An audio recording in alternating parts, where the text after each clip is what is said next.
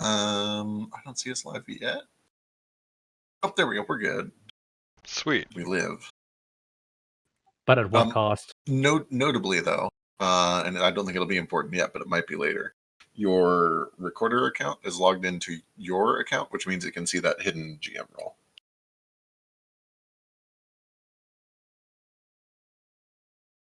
What? So, like, whatever screen you're capturing for the stream, right? It's logged into the DM account, which means it can see that hidden whisper to the DM, and we'll be able to see hidden things on the DM layer and stuff. All right, let me just fix that real quick. Yeah. Don't bring it up now before we see a bunch of secrets. Yeah, we're still alive.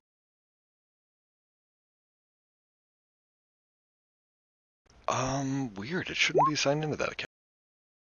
I mean, unless Kettle just whispered that account for some reason, which I suppose he might have.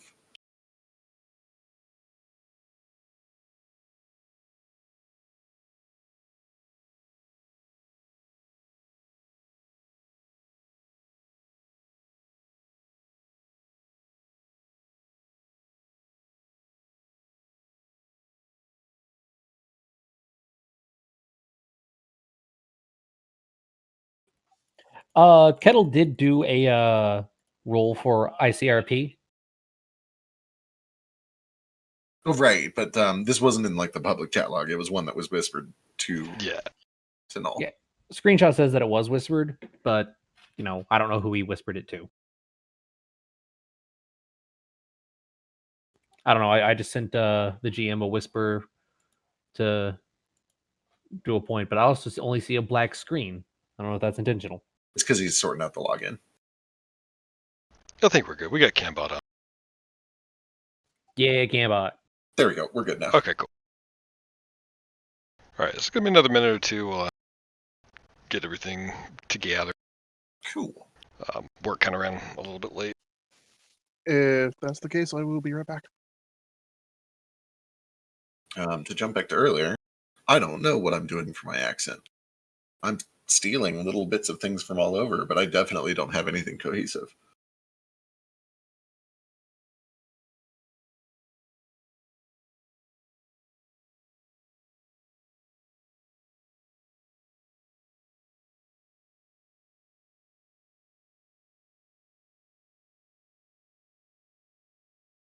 I cannot explain how fast I will ban people for drawing dicks on the map. It's a cat, I promise. But I'll erase it. You got yelled at? Mom's mad?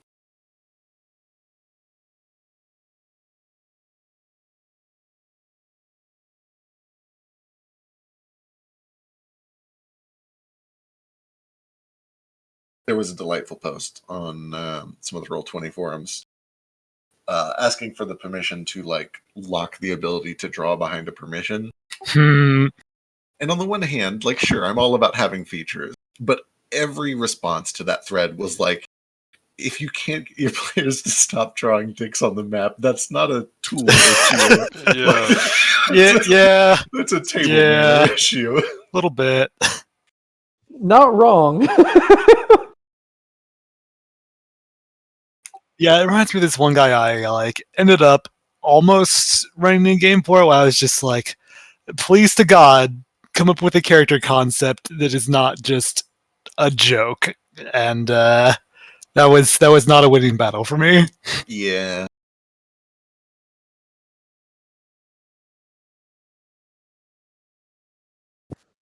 Sometimes you'll start a character as a joke and then you love them a lot. So. All right, we're still setting up. We're getting a couple of tech things going, but in the meantime, if you guys want to kind of look over your colony and see how it did, I can talk about that, or somebody else can. Go for it. Unless you're planning other things in the background. I am planning other things in the background. Okay, sick. Then let me go pull it up. So it sounds like about 2 weeks have passed. or 4 weeks. I can't remember if a turn is 1 week or 2. I think it's 2, and then there's been 2 turns, so 4 weeks Right. total. Yep. Excellent. Oh shit! Hang on. What is this? Sorry, I got a message I wasn't expecting. Oh yeah, there we go. Okay, cool. So yeah, over the past 4 weeks, we've set up a lot of our preliminary stuff. Notably, we now have kind of a shop and a storage area. We have a crafting area with a workshop. We have a bar. Granted, I think right now the main source of the alcohol for that bar is Lotigan's Endless Flask. Thank God, because we don't actually have a brewery or a granary or a distillery yet. But we do at least have a place where we can bring our own personal drinks to relax and kind of play music and wind down. And Lotigan has infinite alcohol, of course, which is great. Wine down. We have a watchtower. So that gives us a lot of intel. It gives us the ability to do some long-range scouting. And we have barracks, which means that we get a decent amount of like weapon maintenance. It improves our military score. It works with the watchtower to improve our military score even more. It just means that whatever weird threats we're about to find, we'll be a little bit better prepared to deal with them. And I like to think that in the short term, that's where we're doing a lot of our like equipment and like vehicle repair. Although we did get a fueling station up and running. I know that was a big deal because we've got the van, we've got the bike, and we are hoping to be able to put them to use. We can now refuel them even while we're here and without the help of the ship. So that gives us like 5 tiles worth of mobility, which is really nice. And then speaking of 5 tiles worth, we also have a radio tower. So we will be able to kind of communicate back to base with dispatch anytime we're out on a mission. And then, yeah, that's kind of where we're at. Our income is actually a little bit higher than we expected it to be, which means we can kind of pivot based on what happens today. We can either pick up like a medical center if we find out that there is some sort of a disease going on and we need to be prepared for, mass hospitalization. Or we can kind of dive deeper into the exploration side of things, pick up a junkyard so that we can repair and eventually build new vehicles. We've got a lot of ways we can pivot, but that's where we're at right now. All right, I killed a lot of time. That's all I can do. Thank you. Okay, yeah, I think Gail's going, so that's cool. All right, so about a month has passed since you landed. There's been no sign whatsoever of the Ark 2. Your current position, your limited supplies have meant that you've pretty much needed to stick in one position and fortify, rather than go on huge expeditions to kind of see what's going on. The advent of the radio tower really helps, but there's a couple things that have come up in the last month. The first is obviously people want to find out what happened to Ark 2. Some people had loved ones on the boat, or left possessions. So that's at the forefront of everyone's minds currently. Right. The general idea is that it's out of range, out of radio range. Who's your communications person? I think that's me. Hang on, let me go check. I think it's you. I think we went back and forth. So it's the two of us. Communication. Oh no, communications. That's Roderick. Yeah. Yes. So Roderick, you've been kind of working with a couple of helper folks trying to find the signal of the ship, but to no avail. The general idea is that if you're able to spread out your radio range, you might be able to pick up a little bit better. You're just not really sure where to start. So getting out and being able to build those towers are going to be a big priority. Right. So setting up a series of radio towers through the map so we can have long-range communication more than just the 5 maps. Right. And especially along the coast seems wise. Right. In order to, let me get back over to the world map. In order to build anything on a square, you do have to secure it. Either by doing an adventure or sending some folks out to scout it and clear everything out, kind of deal. Yeah, you guys are on the star. and that is where part of the team went missing down at the abandoned campsite. I'll try to mark things the best I can on this map for you. You can put other stuff on here if there's points of interest that you want to keep track of. Each of these squares are about 12 miles on one side. If that gives you any indication of length, size, Girth. girth with, refractory period, those kind of. Okay. Roderick, you've also identified. So some of the scouting teams have kind of went out and kind of made like a general map of the area. Yeah, that's based off of. It's 1 day of travel on foot at a normal pace. Also, for what it's worth, we're going to be recording a lot of this audio and probably translating it over into like podcast form, thanks to the lovely and effervescent Gale. So if we can try to keep as much as we can in voice rather than in text, I think we'd all appreciate it. But if there are like weird questions that come up, definitely pop them in text. Otherwise, it's a little harder for me to respond that way. Gotcha. Okay. It was mainly just doing commentary while you were talking. Yeah. No, that's totally fine. I mean, feel free to jump in while I'm yammering if it's something important that I can't let go. Then I'll definitely let you. But yeah, the 12 square miles is 1 day of travel on foot, generally. And if you're in a vehicle, it's a little bit easier. I think I've got the speed out for that. In any case, from these outer scouting teams, you and your team have kind of developed like a handler system. So you've got 3 handlers that can assist you when you're out and doing stuff. You want to meet him? You just want the resume? Oh my goodness, let's meet him. All right. So, 6 of you are kind of. You guys don't have a command center yet, do you? You just the barracks. Yeah, just the barracks for now.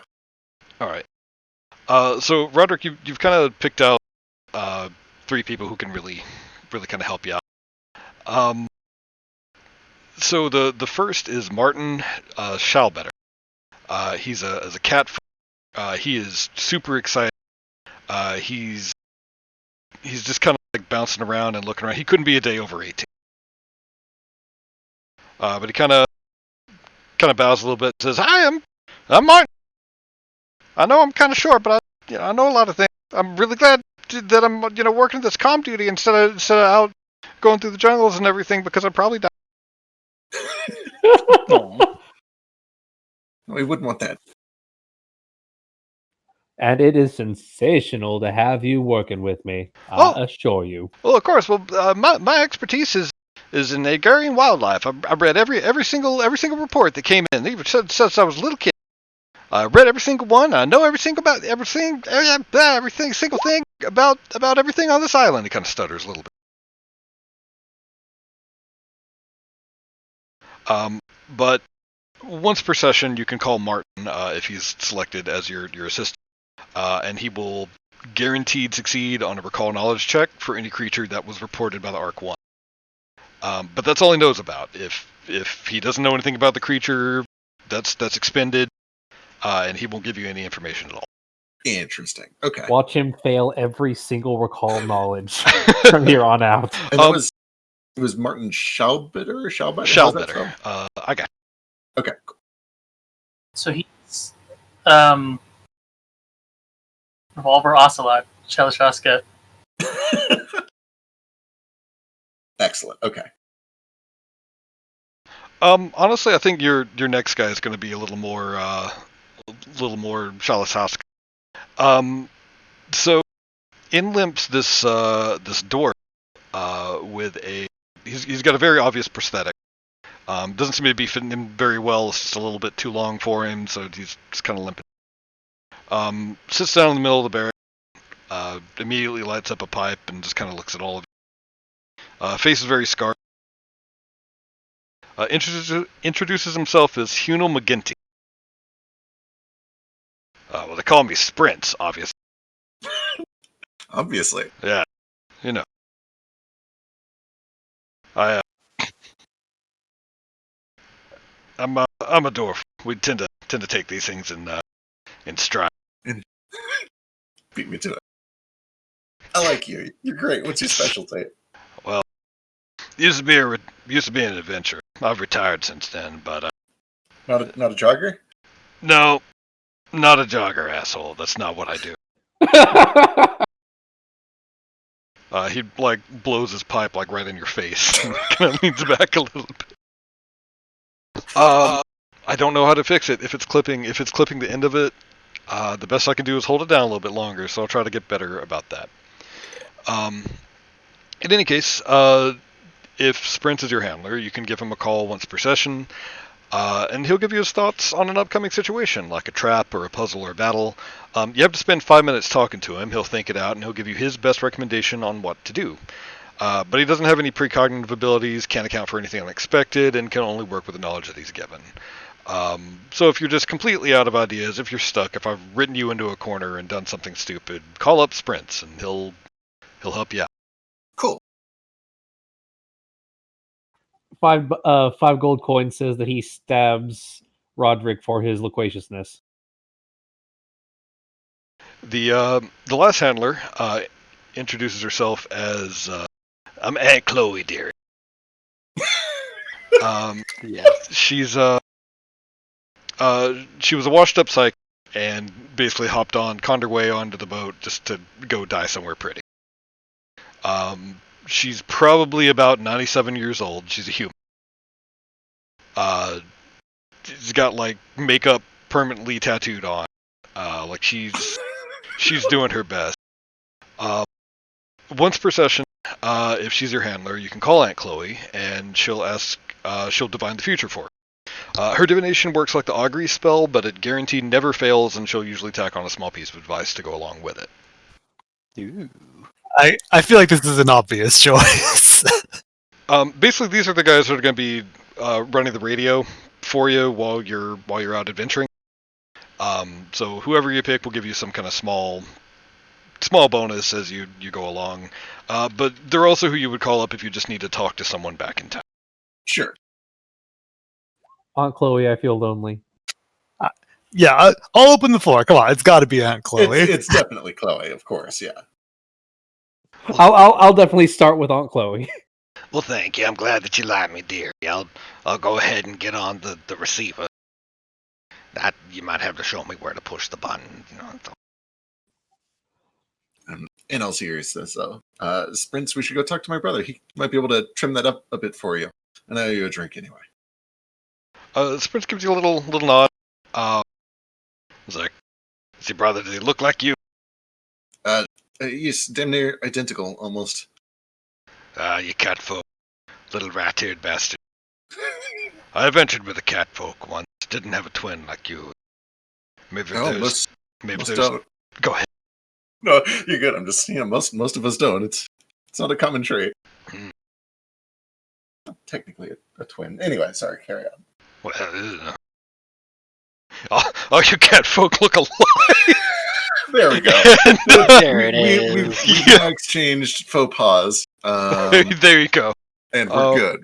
He takes his pipe out and just ashes it on the floor, and then stalks out. God, I hate him. I love him. He's wonderful. But yeah, whenever you guys go on an adventure, you can pick one of your handlers. They don't work like other NPCs. You can't assign them to stuff, but they can definitely do stuff for you. Get to know them. They'll be your best friend. Perfect. In any case, back to Real Town here. So the past month, what have each of you been doing? Like you've got your assignment to the colony. But what have you been working on? What's your projects been? Well, I was actually going to ask. Glenn's probably been overseeing the phasing in of the new food introduction, so I'm pretty curious to know how that went. Well, on that note, I need all of you to make fort saves. Perfect. Here we go. Don't forget to give yourself 1 hero point. Oh, yeah. New session. Yep. There it is. That's what I was looking for. I've spent my month throwing up.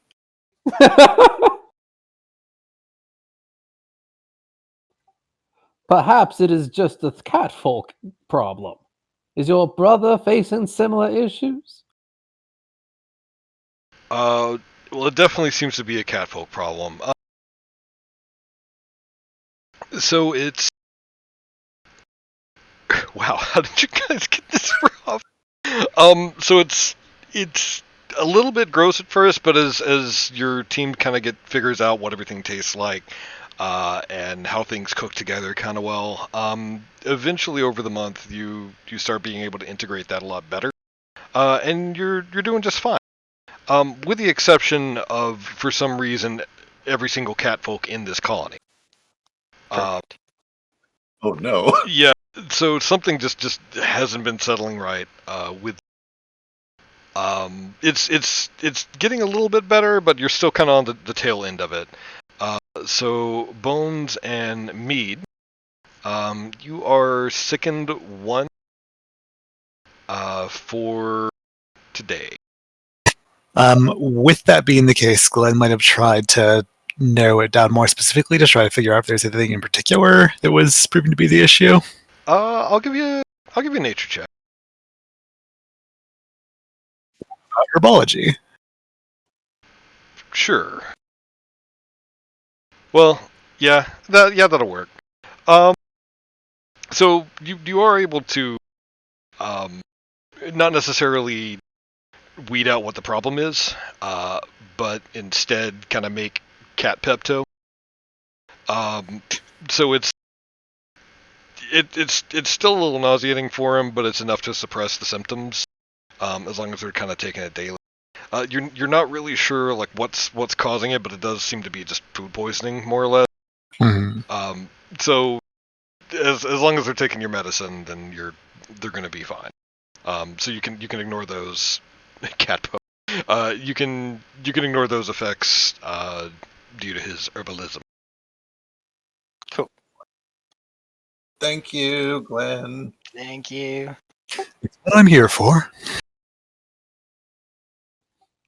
Roderick has been spending most of his month communicating, trying to get to know as many people as he can, see what skills they all have in order to find out where best they would fit in. Communications. It's probably how he found Sprint's Aunt Chloe and Martin. Like how you've already forgotten, Martin. But no. I mean that's pretty legit. I mean Roderick's kind of being a people person and just chatting around with everybody. Because there's a lot of people here. There's maybe like 40 or 50 total. Just based off the 3 teams that came off of the Arc 2. Just you guys are kind of the stars of the show. Both literally and figuratively. Most everyone else is just kind of like generic workers, kind of building stuff, keeping stuff together, keeping stuff clean, cooking, things like that. Yeah. So Bones probably spent a little bit of time just getting his bearings and taking care of his bike and making sure that everything was ready to go there, and meeting people. But what I think Bones eventually does is at first he has the goal of like making people happy and keeping spirits up. So he finds everybody that can play music and he starts having jam sessions by the campfire every night just to kind of keep spirits up. And he thinks he's doing it for like a loyalty or a morale thing, but what he doesn't realize is that he's accidentally starting a band, or kind of impromptu like concert hall around the fire every night. And I get the feeling he's probably gotten real into music over the past month. And he's finding out what everybody plays and who plays well with each other and what kinds of styles of music they have. And is exploring all these different kinds of music that people brought onto this island from all over the world outside. And it's contributing to just like keeping people happy and satisfied. But I imagine that's how he's distracting himself for the past month. He's getting real big into organizing music. In the same vein as that, Mead's probably also been helping with the music.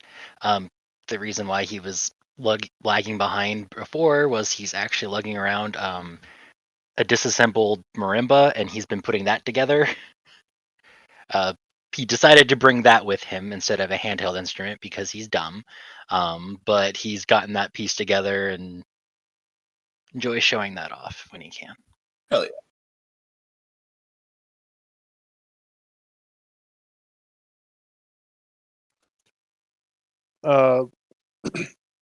Laird would probably be going around gathering the magically inclined people who are not sick off their ass from the food and trying to see how this new magically charged environment is treating them, how things seem to be different with them. Right on. Mostly it's you guys who are the big the big magic people. But you do find a couple of adepts around. Generally they're the type that like knows one or two spells. And that's what they know. But they're really good at as far as like researching everything. And you can be working with them just to kind of document everything that's been happening as far as magic wise on the place. It's incredible. Guess this all that I want. It doesn't even hurt. This place is amazing. All he can do is presto, as far as you guys have seen. But he's having the time of his life with it.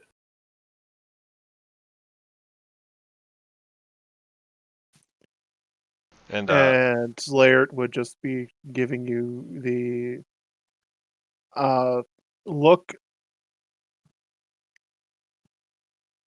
You know that look that people give the annoying child that has just like discovered Play-Doh Oh yeah, or something. this is the greatest thing.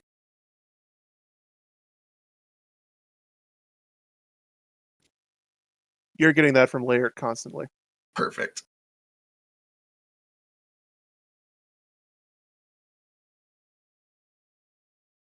Right, and how's John doing? Imagine 80% of the disputes in this town have been caused and ended him alone.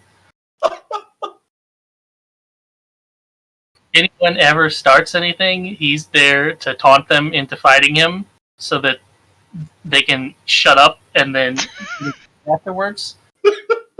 Or nothing has gone wrong at all, and he is the one that has started the fight through nothing at all. Perfect. Excellent. I can go pull one up. Yeah, be a music man if you don't mind. Sure. In the meantime, just gently drum your thighs with your hands and let the beat flow through you.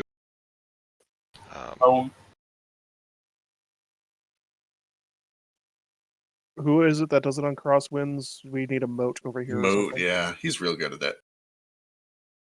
Yeah, this has been kind of a crazy week for me. I wasn't able to prep. I mean, I didn't prep with the shit last time. But I wasn't able to prep as much as I normally do. Just because of work and everything.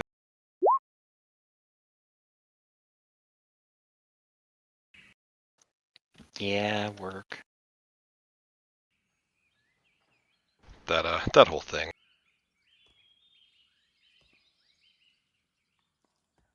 All right, so as I mentioned earlier, you will need to clear out different squares in order to claim them later.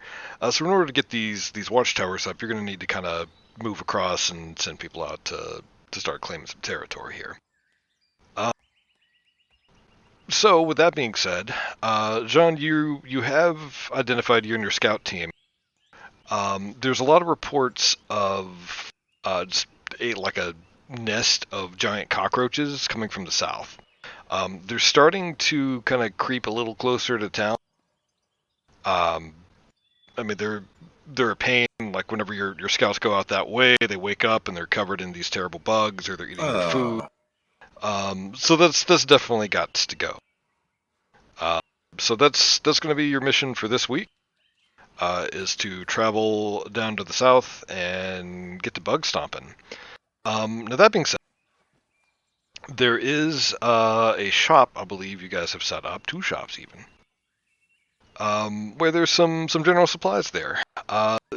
So they're kind of selling just basic adventuring gear, things like that.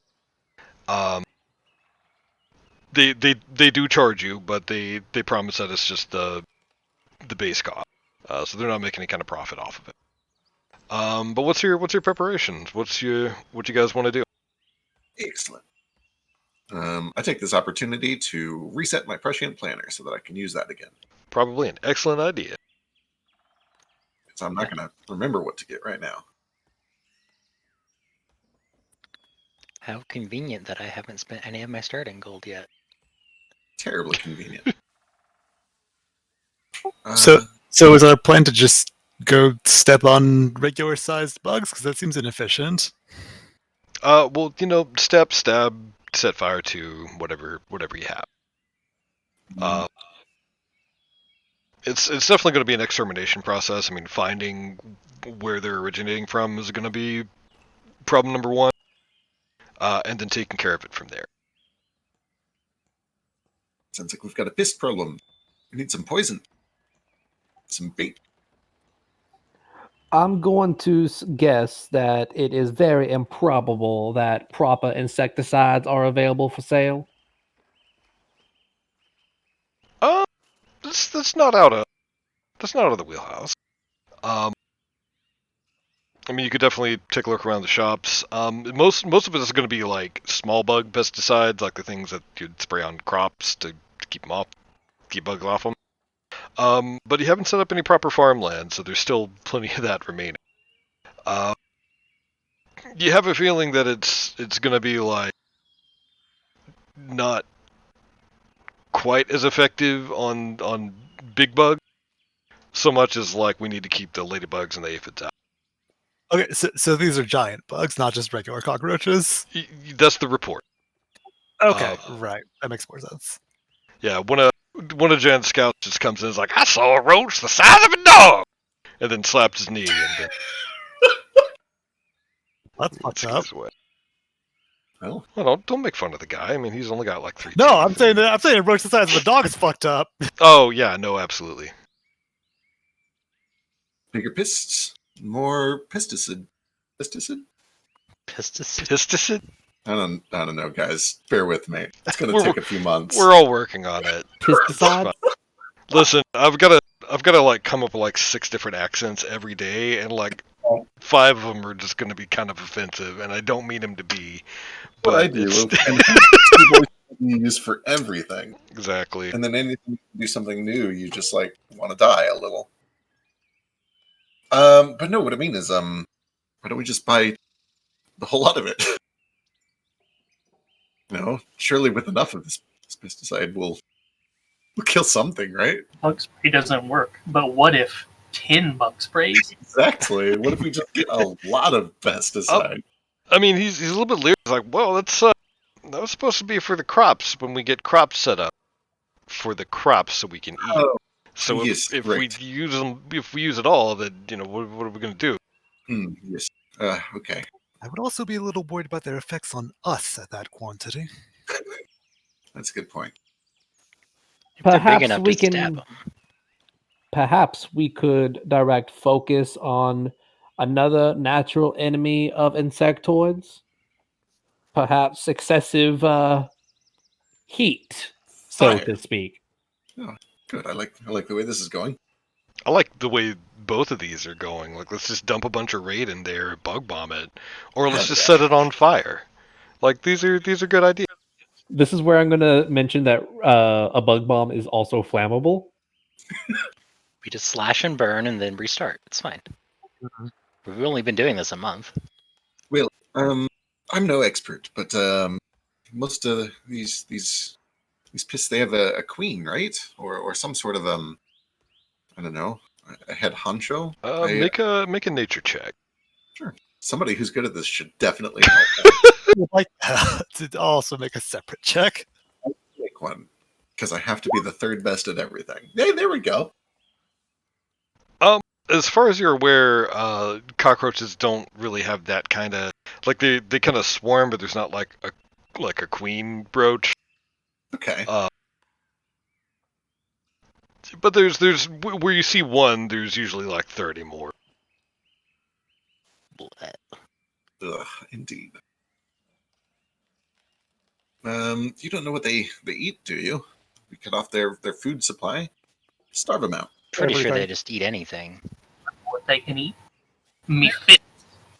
This thing's so hard to kill. It's almost like they're cockroaches. If they're roaches, or if they're like roaches back in world name forget, they just eat anything. Well, I think we may be stuck with the direct approach. yes. We could just Seems pull that way. a bunch of them. I mean, I'm still on board with setting them on Unfortunately, fire. fire So is yes, go for it. Unfortunately, fire is not my forte. Done a little fire. Do we have We have alchemist. What has Kettle been up to? Let's go see if Kettle's made any alchemist fire. It's not something he's really focused on too much. I mean, he's mostly been making the boom, which unfortunately he tests very quickly thereafter by blowing something up directly afterward. If he'd have had a little time, he probably could have concocted something. I can conjure some amount of fire, but I doubt by myself it will be enough to take care of everything. Bones does dig around in this bag, and he does have one bottle of alchemist fire, but I think we might need a little more than just this. Well, it's difficult to say just the level of magic that I have nowadays. I've been known to conjure a few flames. What's that one gas you can make out of stuff under your kitchen sink? Really? Just mustard gas with Yeah. ammonia. And that's the thing, though. I don't know if they're fucking cockroaches. They're immune to everything Except for cutting them in squishing. half. I was gonna say I think we might just have to go squish a bunch of cockroaches. Who could have figured that would be the solution in this fast game? Listen, Right. if you guys want to concoct some kind of way to set them all on fire, I am good to go with that. I'll just take the maps that I made and all the encounter stuff and just Well, I'm kind of imagining like an use it- Independence Day scenario where we've got the bug bomb and we have to get it into the heart of the nest and then set it off, and there's a cool escape sequence, and somebody has to lay down their life to hold the line. Do you want to? Not Do it. you want to? Not Do it. you want to bring that up in character? Because I think that's a fantastic idea. Well, if we had enough resources, then we could try to find the heart of all this. I don't know. They aren't like a nest like ants or wasps, so we don't really have I don't know if they make nests. Do they make nests? I looked at Glenn or anyone else. Fuck it, I'll No roll idea. nature. Is the previous roll just right? Yeah, just let that run. 14, 15. They if you want to roll catch, go for it. See who's the cockroach king. So it's not you. Nope. So cockroaches in particular. Damn y'all. No, you're the cockroach king now. I'm the cockroach king with my -1. Yeah. So, they do tend to have like a colony, but there's not like a king. They're not social creatures. They tend to go out, skitter around, eat everything in sight, and then go back. But they all tend to hang out in one area, less because they get any kind of like social benefit from it, and more that it's just a place where cockroaches would all hang out. It's dark and dank and damp. That being said, Mr. Glenn, make me an herbalism check. A herbalism check. Oh. You think that given enough time, and then given a specimen of cockroach, that working with Kettle, you could, in theory, create a bug bomb. By testing out like what exactly it's reacting to, using some of the plants in the area. But you would need a live ass cockroach in order to see what kills it. Yeah. I mean, we could also go over there, steal some eggs, and try to tame these things. Tame? Tame? How barbaric! It's actually quite civilized. It's the heart of agriculture, but cockroaches. Well, yes, the cockroaches specifically. Boy, I hate that idea. I do too. That's I real hate a terrible. lot. It sounds like no matter what, this plan starts with going and finding some cockroaches and potentially catching one alive and bringing it back. Maybe we should start with that. And doing what we can to beat back the rest of the population. I could see the advantage of exterminating the main nest and then picking up some stragglers to make sure that they do not become further problems in the future. We are here to study. Getting a few samples is not a bad idea. Ugh. And I'm sure Dr. Shackleton would be pleased to have a corpse for his own purposes. I'm certain that he would. And Shillbetter for that matter. He seems excitable. You kind of glance over and he's just like peeking his eyes up in the barracks window, just like watching. And like every time you look over, he like ducks down, but not far enough, and you can see the tips of his ear. You know, if we had just chosen him for this mission, we could literally ask him right now. But he's busy now. He's tied up with another team. He's doing stuff. All right. Why don't we make any last minute preparations that we need to stop by this shop and then head south and see if we can wrestle us a pist.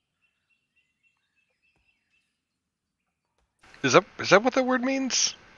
Wrestle? No. Pest? Pest. Pissed. I thought you said pissed. Like, he's the pist. The pissed. You know, yeah. like a pist. I'm getting there. I'm getting it. I'm not. I'm out of it. What's a pissed? Well, it's like the shit. They're in FF14. They're like the weird lizard things that show up outside of Bulda.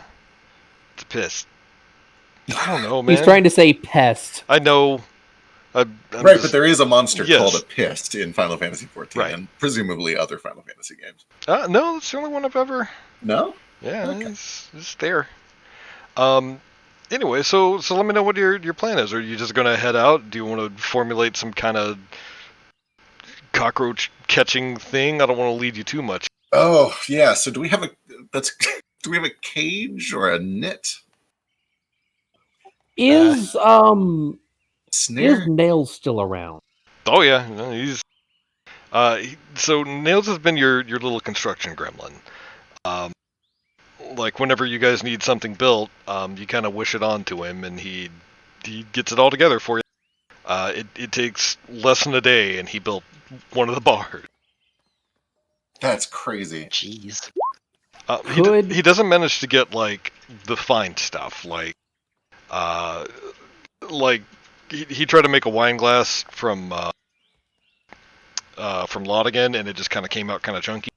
But he did make some worthy enough beer steins. It's just unfortunate that the only drink that you have is like cheap wine poured out of the bottomless glass.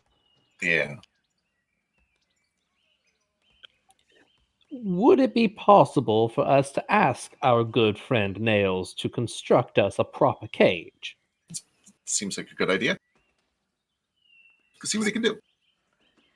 The cage seemed a bit beyond him, but it wouldn't hurt to try. Hang on, lads. You got this one? Any you lot know how to handle animals? Fuck, what is that in this? Is it nature here? I believe it's its own thing, isn't it? No, I don't see handle animals on the sheet. You have I'm to be pretty trained. sure It No, you got don't have to be combined trained. into nature. Yeah. If I remember correctly, it was like control an animal is a nature check. By the way, thank God. Right. It doesn't. Yeah. We don't need 4 separate nature skills, 5e. I'm Chloe. afraid wild animals such as this are far beyond my expertise. Yeah, we had a cockatoo at home. Insects are a bit outside my usual domain, but I'm familiar. So you can't even handle animals, and you all think you's gonna handle an insect? Do you know what you're doing? You look like you could wrangle just about anything. On your bike. Does anyone understand what he's saying? While his diction may be a little crude, is perfectly illegible. Illegible. Did you have a recommendation? He'll just like pull out his nightstick and slap it in his hand. Okay, well, we do need one Let's alive. call that Preferably. Plan B. But yes, at the very least, we can go grab a cage or a sack, something to stuff a body in. Just how big you think these are, mate? I don't know that guy said he was as big as a dog. I don't know if Now, believe I it, think but- it might be appropriate to ask what kind of a dog. To say, little did you know that was Billy Big as a Dog Jepson, where he has a terrible disease where he sees everything the size of a dog. So who knows? Who knows? It could be tiny, it could be massive. Nobody knows. Yeah, is this are we talking like a Chihuahua or a Great Dane? I guess you're gonna have to go find out. Because we're gonna have to go find out. Do you I think will- that either of our scholars would be upset with a dead specimen? It sounded like you needed one living for the testing. That would be the case. I'm gonna buy a net, but I cannot carry more. Apparently, these nets are incredibly heavy, which is good because it Look means at- they're big. Yeah, like nets are heavy as fuck. Yeah, these are not like tinky little SpongeBob nets. These are like good old nets. So, if somebody else wants to grab one, I don't know if we want more than one, but I will go buy one. Probably They are- wouldn't hurt to have a couple. Gold each, if they're in the shop. I don't know if Yeah. they have nets. Yeah, I mean Okay. you'll have nets. It's probably like a fishing net. Makes sense. Yeah. What's the I bulk? regret to inform you that I believe my bulk is taken up by my implausibly large stack of wooden shields. You don't want to leave some of those at home, buddy? Don't want to. What if one Um, breaks? What then? So, Oh, by the way, wait, do I repair stuff between sessions? Yeah, Okay, cool. also, if the way is clear, we can take my bike. And not everybody can fit on it, of course, but I can store things in it. It's got storage. If we want to put some of your shields into the sidecar,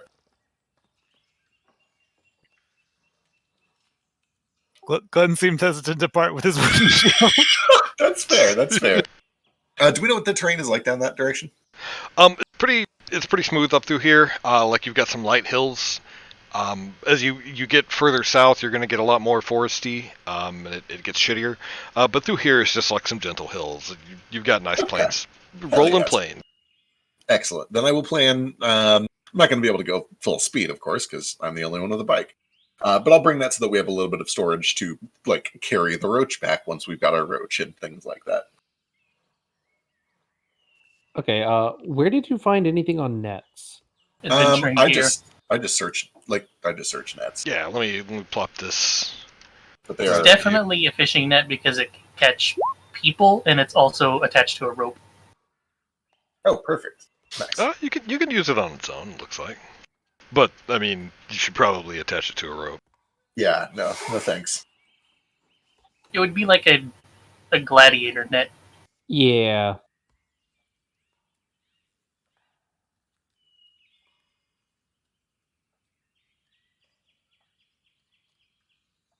Yeah, there's. I will there's, like, also be full net. purchasing one net.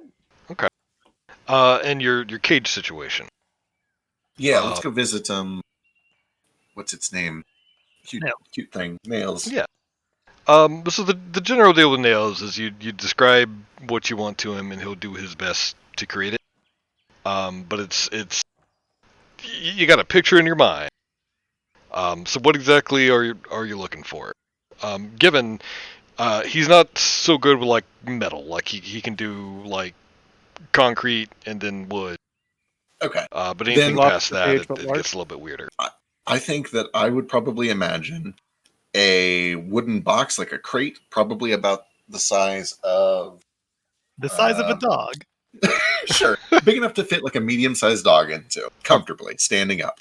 And it's got a couple of very small air holes so that it doesn't suffocate. And a lid on hinges if he can make those, and if not, then I will bring a hammer and nails, and we'll see what comes out. Okay. Yeah, he can't manage the hinges. Like most of the buildings that you put up, like you guys have had to put the doors on it, kind of deal. But he does manage to get you. It's like a dog carrier. It's like a dog crate. Awesome. And then, yeah, that also looks super effective if he's capable of making something that complex. What's that? Layert has posted kind of like a lobster trap. How to describe this fucker? It's like a chicken wire mesh in like a half barrel shape. He could manage that, except for the chicken wire. Like you guys would have to figure something out there. What if it was fiber instead of metal? So like rope instead of it'd be like metal, like thick rope kind of. He's not so good at making like fine stuff, but he could rig something up enough so that way it's not going to wiggle out. Awesome. So he looks at the dog carrier that he's made, and then kind of looks over at the lobster cage, and then burps.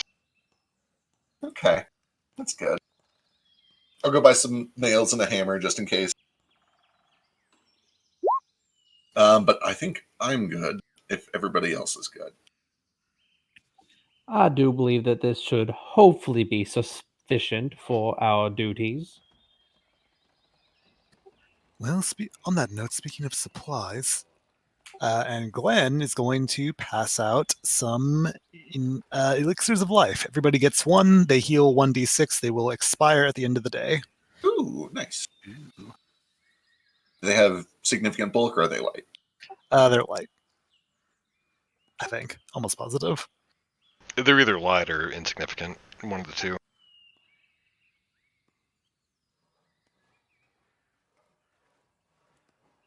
Just for reference, I'm trying to find like what like a like what bulk this thing would have.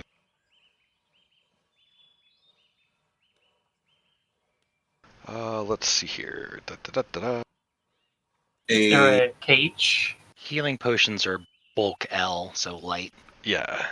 Estimating an item's bulk. We'll say it's about 3 bulk. I forget how much you can carry on your body. Let me go check. That was where? Oh wait, yeah, right.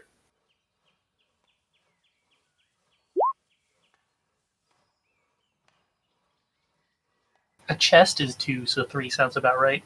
Yeah. Sidecar. Oh, I didn't list fucking bulk. Do you have the spreadsheet with all the vehicles on it? I can grab. Give me a second. Cool. I assume it's going to be at least 3. It's probably more. I think it's 5, 6. And that's baseline. Does the sidecar add any? The sidecar puts like another passenger slot in there, but you could shove like another. You could just shove it in the sidecar if you want. Okay, awesome. The big difference there is like a person is also like 6 bulk. So that's like the difference of like cramming someone on the back of the bike. Right. Kind of deal. But yeah, you can just plop it right into the sidecar. That's no problem. Okay, then I will throw the thing in the sidecar because God knows I don't want that thing anywhere near me while I'm actually driving. I was imagining you could just take the cage and tie it to a rope to the sidecar so that the cage is just flopping behind you as you drive. The wooden cage, I'm sure it's going to be great. It'll hold up fine. Uh-huh. All right then. Good. Elixir of life. That hammer. I'm gonna go by that. That's a silver. Nails, and then I'm good. All right. Any other prep, or you gonna hit the road? Nope. Just once we're away from nails, gonna say that thing is useful, but I don't really trust it. I don't know if there's anything to trust. It seems like just sort of a thing, an animal. I think I have to side with Mr. Bones on this one. A creature, but little else. I'd be delighted to learn otherwise, though. If that thing was smart enough to work with us, Might also be smart enough to do whatever happened to the Arc One. that is disconcerting. Well, there's not much risk of that from what I've seen of it so far. No, but I could understand the worry of the thought that this is merely a stupid one of its kind. Huh. Hadn't considered that. Wouldn't that be something? We just stumble across the one that's a little different. He's just a little weird. In your month knowing Nails, you know that he is quite possibly the stupidest creature that you've ever encountered in your life. He occasionally, like you set out like a water bowl for him. He occasionally falls into it and then helplessly kind of flails around until someone sets him back up. Oh no. Is this the guy that we have to be careful not to let outside in the rain, or else he'll stare at the clouds until he drowns? You caught him doing that once, but then he sneezed and got better. Good. In particular, he seems to not necessarily be attached to any one person so much as people. If anyone tries to take him out of the colony, he screams bloody murder until he gets let back in. Interesting. Okay. Is this creature a cat? Potentially. There's a picture of him somewhere. I don't have it handy. I know several cats that will do that exact same thing. Well, if you try to take him outside, they're just like, I'm not dealing with this shit. Yeah. All right. So you guys are ready to hit the road.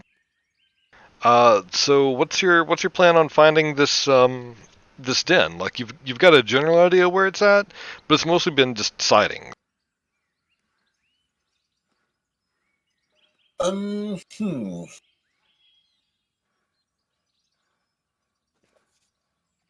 let the Why don't experienced trackers deal with the tracking. I'm just going to summon my horse. I was gonna say this is not something I'm great at. Anyone else have a plan? I have. Hang on. I'm about to put in the chat. Doesn't really say what nearby is, though, so I'm assuming that might not necessarily help. Oh, hey, nice. You can kind of get out in the area that was reported and maybe kind of track it down a little bit better. Give me a survival check. Nice. Okay, yeah. So now you're gonna have to forgive me because I don't know what fucking cockroach tracks look like.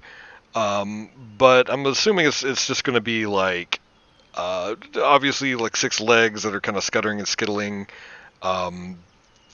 Anything like any kind of like dead bird or anything is just like stripped down. So you're kind of able to sort of triangulate the direction that you're going.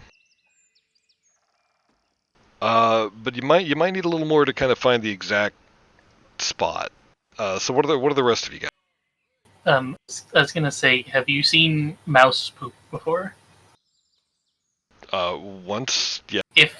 If roaches are large enough, they can kind of do that, but it's in like little pellets instead of long strands. Gross. Don't like this. Well, we could always spot one of them and give them food. See where they take it. Try to follow it. Could see that working. Perhaps. Well, if they just take it in the mouth, mate. That's a good point. None of you have the ability to speak with them. And he kind of just like looks at Glenn with bewilderment. Just like the big shiny eyes, like, can you? That's not quite how it works, no. At least I got real excited. But is it close? Well, I could probably borrow the shape of a cockroach, but I don't think that would help us much. Gonna blend into the herd. Nope, never mind. I don't even want to consider that plan. That's nah. I want to hear it. I mean, you can't. The cat's out of the bag now. No. We're not honeypotting giant cockroaches. Nope. Jesus. I'm pulling my X card. No, So, hard pass. I'm saying the safe word. Uh, Absolutely not. So I mean, you do kind of figure that maybe like finding one, like waiting for one to show up in the area, or baiting it out with food and then following it back would work, but it would definitely take some time. I mean, you'd have to sit there forever and then wait for one to come by. What else? We could just kind of survey the area, yeah? Perhaps. Look around. Get It is the a column 12 action. square mile.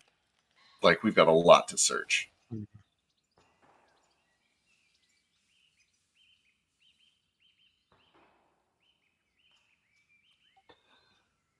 Well, I do believe that we are not going to accomplish any of our tasks should we just remain here dawdling.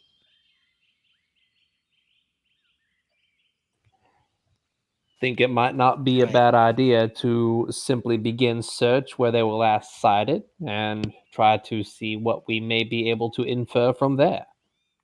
We've already found one set of tracks. With luck, there may be more, and with further luck, they may converge somewhere. That seems reasonable. Yeah, you've definitely narrowed down the area from your check earlier. Just finding the roach poop and their tracks and everything. So that would be reasonable. It would just take a little time to kind of scout everything out. Is that the plan you guys want to go with? That seems like our best bet. All right, let's get some survival checks. Are you all fanning out and doing this? Or are you clotting together as one unit? We shouldn't split any more than like in pairs, right? Like, I don't think we need to pull a Right. Scooby-Doo here. We can do a buddy system. Okay. Let's make sure we have somebody good at this in each of those pairs. Which means I need a buddy. I also need These a are buddy. survival checks. I need a Yep. buddy. Yeah. Okay, Glenn's well, the only I- person who has this, isn't he? Because he has the bike, I will pair up with Buttons. cool. And somebody else over there can borrow my horse for the moment. Does it let you do that? does it work like that? Wouldn't it make more sense for the bike and the horse people to be split up? I think he's saying he would loan the horse to somebody in one of the other pairs. Well, but why would he need to be with the bike, though? That's a good question. I don't know. I mean, that makes sense for Glenn to be with the bike, because if he has like the best check and the bike can cover the most area. Works for me.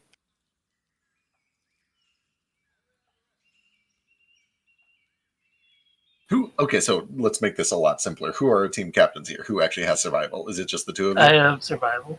Okay, so there's 3 and 3. We're good. Well, if your team captains there can give me a survival check, see what you get. I will be giving my team captain guidance. Sure. Get any circumstance bonus from the bike, and I guess ditto for whoever's going with the horse. Yeah, I'm gonna make it a lower DC for you guys. Just because you're able to cover a lot more instead of just like trotting around.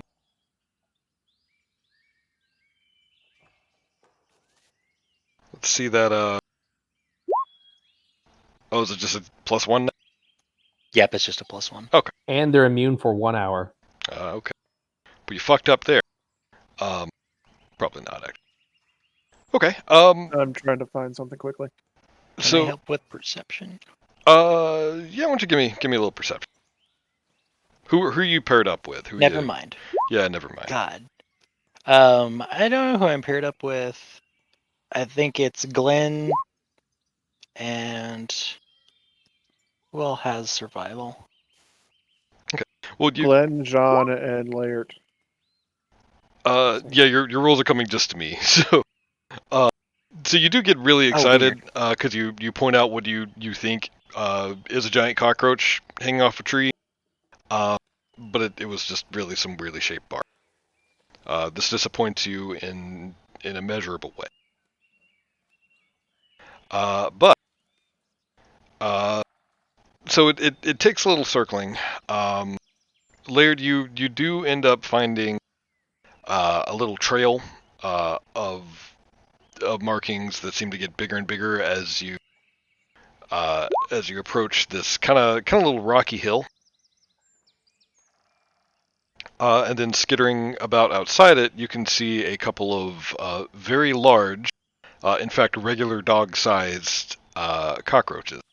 What kind of wow. dog? Just a regular dog, just your average Regular dog. golden retriever sized roaches. One thing that you do note, these roaches have very striking, almost like neon colors going down their back, just as the light hits them.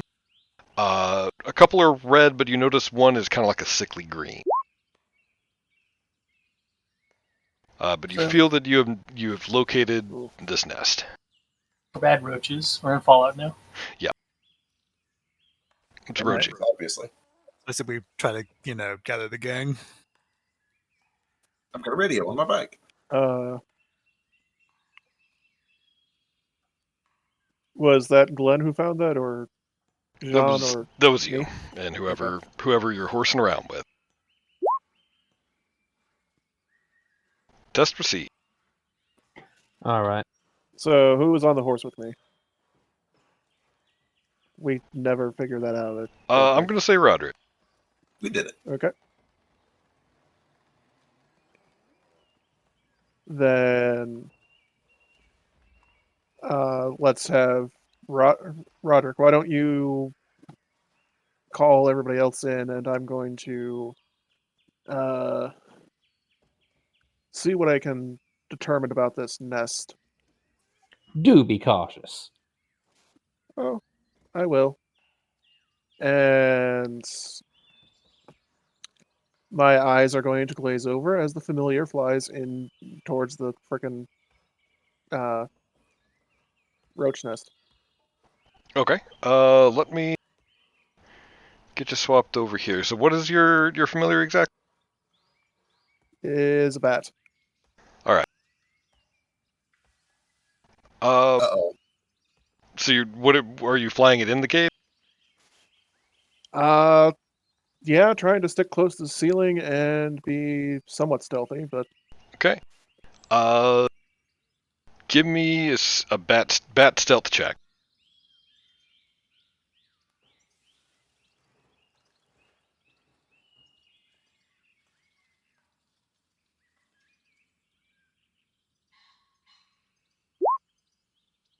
Okay. What are the stats on this bat? Give me some bat stats. sent you the entire thing over Discord before. Oh, buddy. I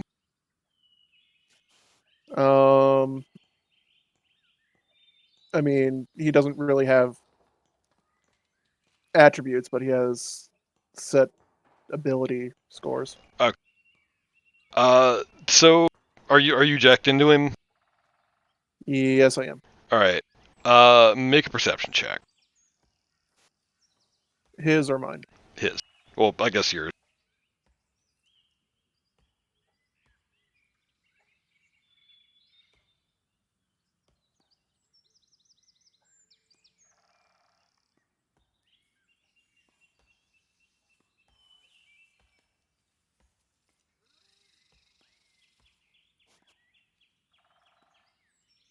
but I like his better.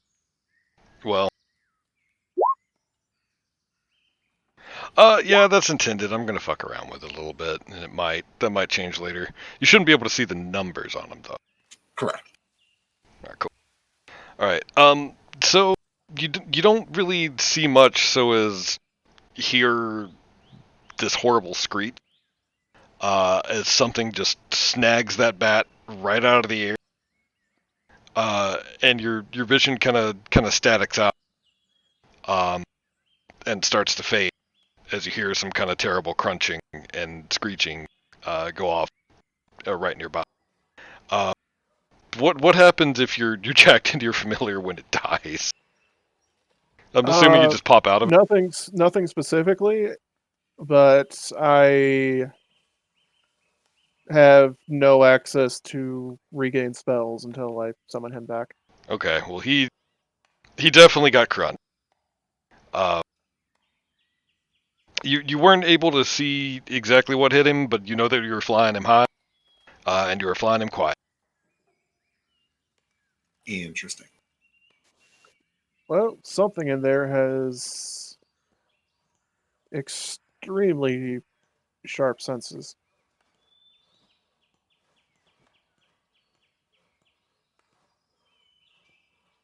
And whenever you guys are ready, you can perch up on this map. I assume we all kind of regroup without any problems. Yeah. There's no problems at all here.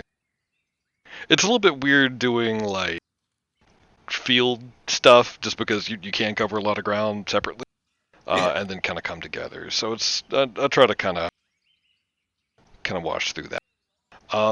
You're able to get fairly close to this. Like I'm assuming you're just kind of hanging out behind this tree. You're able to get fairly close to this, and the roaches don't seem to notice or care. I'm just kind of roaching around. Oh god, are these tokens different colors? Yeah, I fucked up. I'm sorry. Let me put because I'm a different kind of colorblind than you are. Yeah. I can see that it's darker, but not by much. Okay, do you see the dot on him? Yeah. Alright, cool. My bad.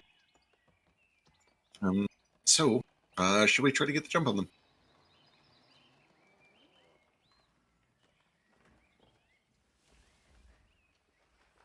That seems like our best bet. Oh, this looks so much better.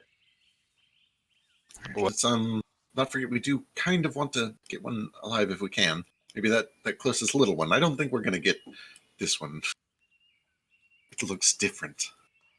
I have a feeling there may be more further in. Yeah, worst case scenario, if we if we run out of cockroaches to capture, then problem solved. So, you know.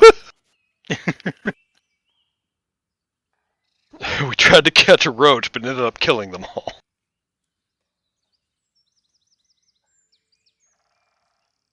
All right, then I think we kind of do the countdown and we try to sneak up on them.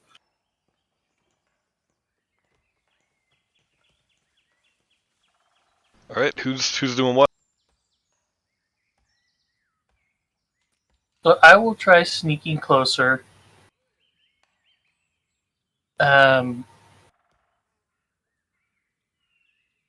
Get basically just up to this tree.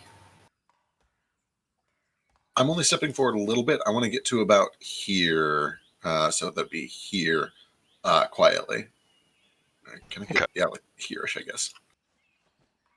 Right, okay, yeah, there we go. I definitely should have watched that video on Pathfinder Stealth, but we're just gonna do it live. See what happens. I was gonna say I'm trying to go find that summary that I sent you forever ago because I forget to. For me, I guess it would be Action 1 hide, which I believe requires a maybe it doesn't require a check, I don't remember, but Action 1 would be hide, and then you can move. It's called stealth, and you move while you do it, and it is half of your movement. And I don't know if that would be 10 or 15. You always round down. Okay, so it'd be 10, but I could not get to the other tree then. Okay. I forwarded the process to you again on Telegram. And it is kind of split into before combat and then once we start initiative. I just had the worst idea. Charm targets a creature. It doesn't say it has to be humanoid. Right? Could I charm a cockroach? Well, I mean, I think charm just increases their disposition towards you, right? Uh,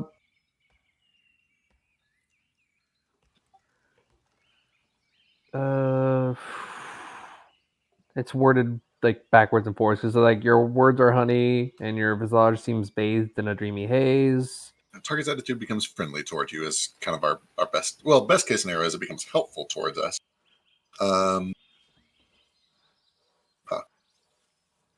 You could definitely try it. Yeah. Do you want your buddies to try to get in position first, or do you want to fire this Yes. shit off? Okay. All right. Okay. Stealth weird. So it looks like first step is we all roll avoid notice. Yeah. If you're hanging back behind the tree, you don't have to do it. But if you're in active sneaking party, you do. So it'd be Jen and Bones would avoid notice. So that'd be stealth, right? I'm double checking. I assume it's just a straight stealth roll, but I'm checking what avoid notice is. Also throwing this out, so charm does have the incapacitation tag, which means that if they're, I think, your level or higher, it doesn't work as well. You're avoiding notice, so you use a stealth check. Which that incapacitation Or tag is kind of neat, just because it's got like built-in boss immunity, so to speak. So that's pretty cool. Yeah, sorry. Any creature of more than twice the spell's level treats the result of their check to prevent being incapacitated as 1 degree of success better. So, if it is level 3 or higher, then it gets a higher grade of success.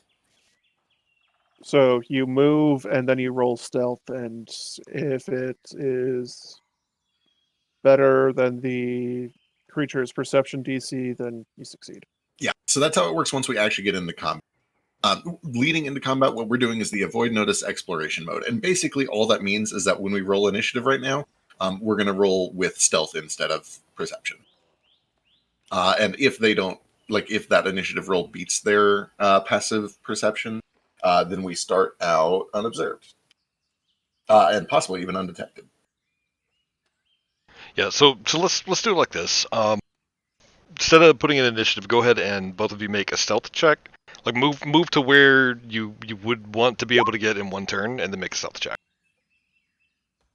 So I'd be behind this tree.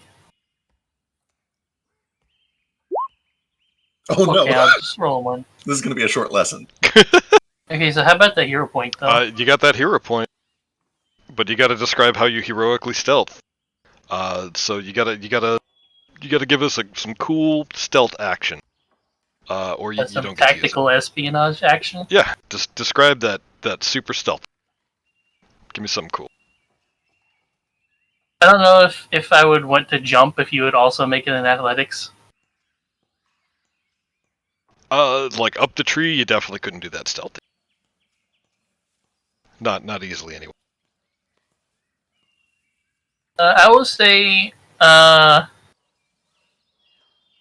right whenever he starts sneaking up, he'll whisper something about how it's time to start bashing some faces in, and then he goes to walk from this tree to this one, and then as he feels like he's going to trip, instead he will just do a tactical roll over to the other one, on purpose, of course.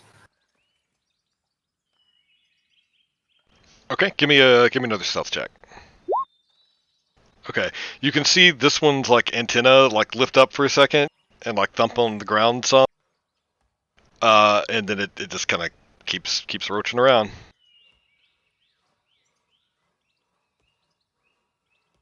I like the green being at the tip of its butt. Yep. Yeah. So at this point, I think we spring, right? We jump into initiative. Bones will try to cast a spell, at least, if that's where this is going. Yeah, we can jump on initiative. So you guys would roll stealth or re-roll stealth? So at this point, the next step is we roll initiative. We roll stealth for initiative, and everybody else just does perception as normal.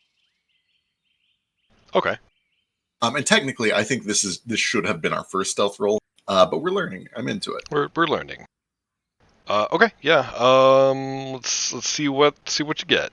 So if these guys percept better than your stealth, do they just go, or like how's that work?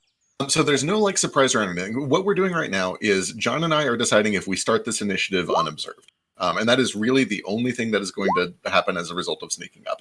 Is whether we start our first turn already unobserved, or if we're going to have to like try to re-hide at the start of combat. There's no such thing as surprise. There's no surprise round.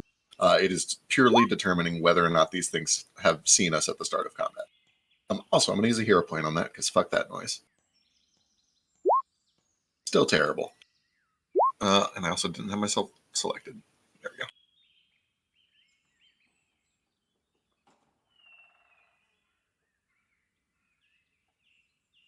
Okay.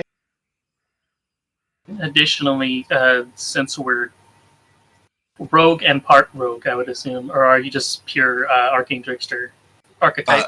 Yeah, I'm pure arcane. Trickster. Okay, so since we're both rogues, we also have a thing that allows, if we're above them in the initiative order and we started with sneak or deception, then you get to hit them as if they're flat-footed. Yep, and that doesn't matter whether we succeed or fail here. Like, no matter what, we're both eligible as long as we beat them.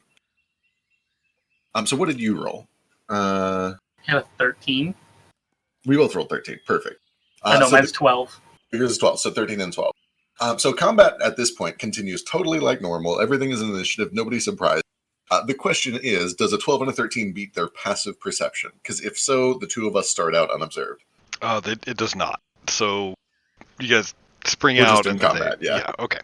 Cool. Then we're back to normal combat. I think we would technically be...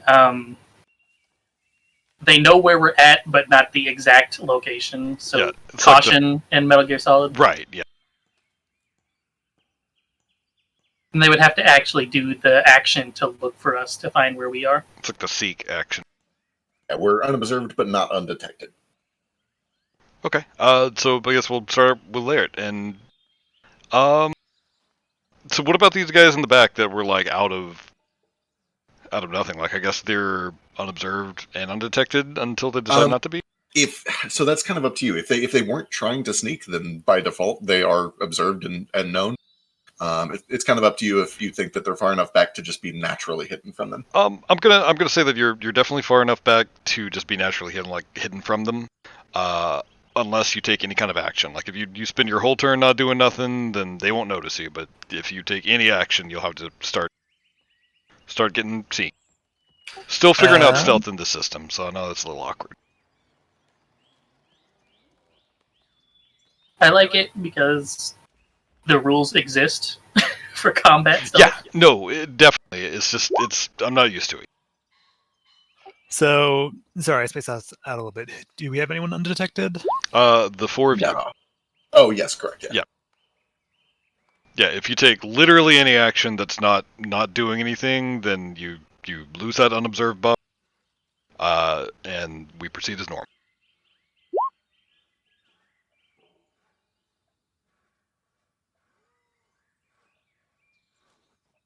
Well, Goddamn range 30. Mhm.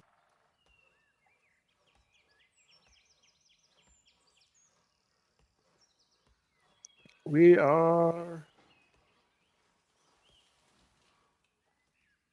going to kick this off by stepping around Glenn. Excuse me.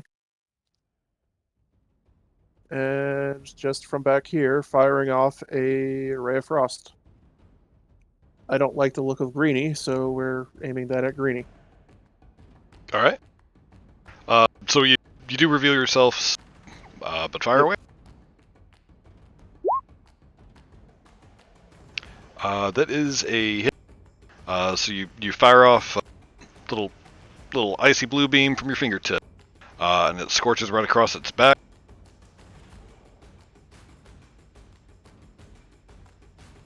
And That was a big old ray of frost. That was a good one, yeah. That's what I can do right now. Right, Glenn. So what kind of spaces are these tree squares? Can I move through them all? Yeah, essentially, yeah. It's just, yeah. Okay. They're not like low underbrush. There's just leaves over you. Right. I'm going to move here.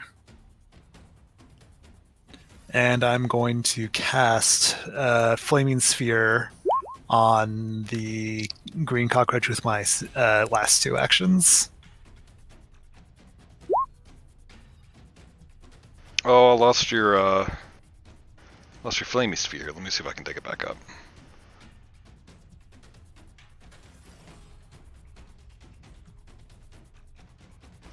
Let me give it to you.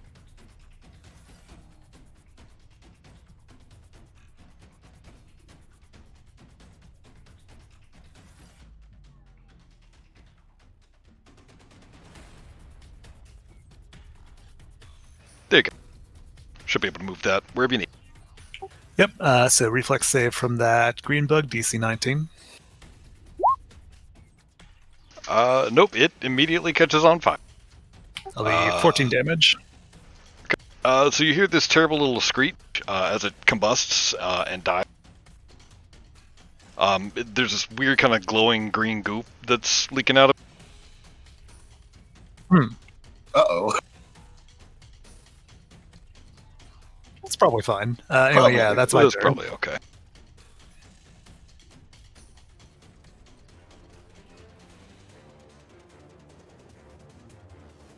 Alright, so the roaches. Alright, so we're going to try this out. So, this one's going to try to do a seek action. That's just one action, right?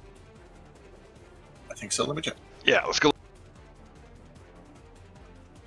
Seek. Single action, yep. Okay,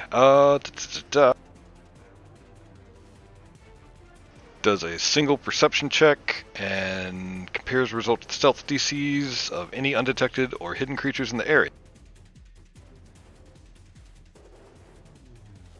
Gonna be just these 2, I think. Oh, it'll be you guys too, right? We're already up. They've already seen us. Oh. Okay. Well, We both fucked up our like They- we made our initial stealth like on the test roll, but we like both fucked up our initiative roll. Okay. they know that we're around, but they don't know exactly where we're at. They know a general direction. I'll double check. I think because we failed. I'll go look. Keep going. Keep going. Okay. Well, he's gonna seek anyway. So that's gonna be a perception, which I'm pretty sure is not gonna beat your stealth DC. If the stealth DC is what we rolled for initiative, it will. It's no, it's just It's your, your- 10 plus. It's your yeah. passive. If it's your class DC, then no. No, it's 10 plus your stealth mod. So if you have a 19. plus 7, it's 17. Yeah, mine's 17. So we're good. Okay. Well, these are dumb bugs. So they're gonna skitter.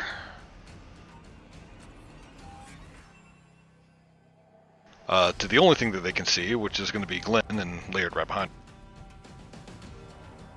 And he's going to try to take a little nip out of you. So he's got these terrible mandibles. Okay, I would like to shield block. Okay. Oh wait, no, you have to hit first, right? Yeah, about to say, yeah, you don't have. Okay, yeah, that's not gonna hit. Okay.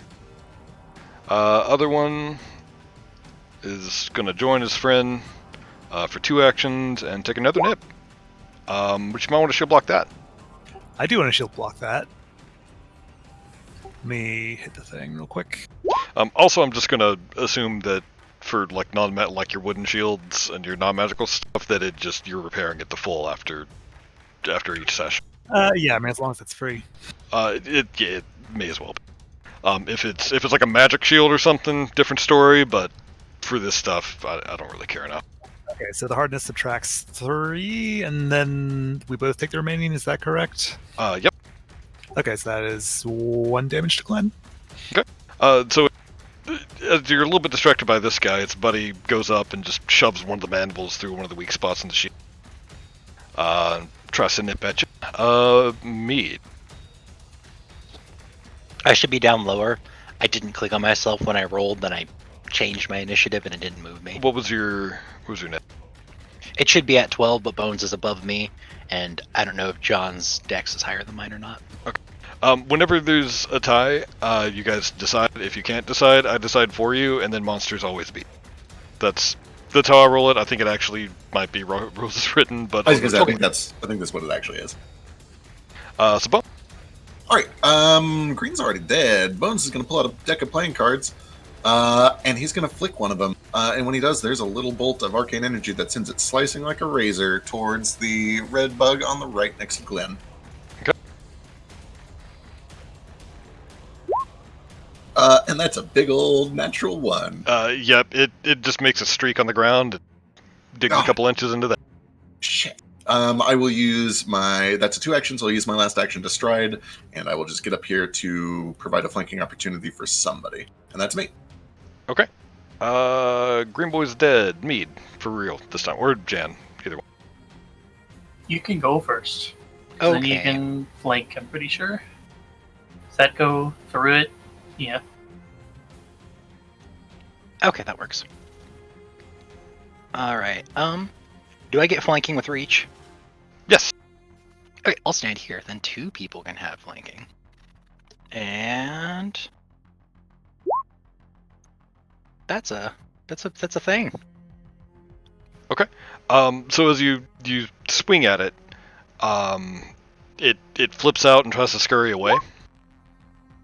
But that's still you still hit it right in the thorax, the roach ass right as it's moving away. Yeah, thorax. So yeah, that's gonna be 6 damage. And it's gonna go over here.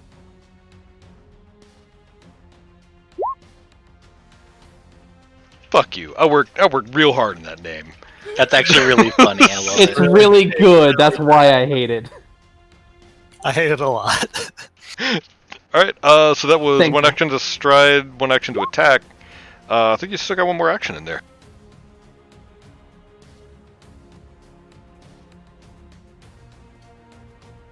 If you got anything. Oh. I'm still not used to this system.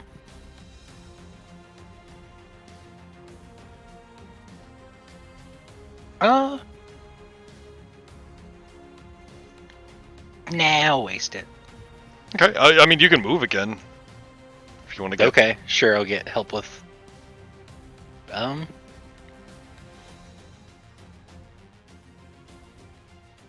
move there. Alright. Zen.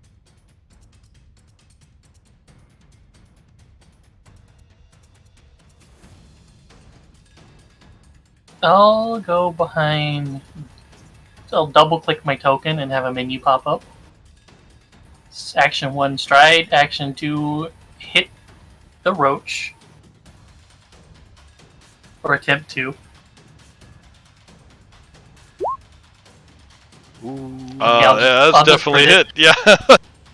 So it's gonna be 11 to 22 damage. Yeah. So I'm just doubling your damage instead of having you roll it again. But I mean, it's not gonna matter because you obliterate this thing. So you, as it skitters away from Mead, it runs just directly into your nightstick, and you're able to just golf swing this thing. And it splatters a lovely little shade of goo onto Bones and Mead. But you managed to take it out in one hit. Simple as. Right. This my other move will just be to go down here. That's perfectly allowed.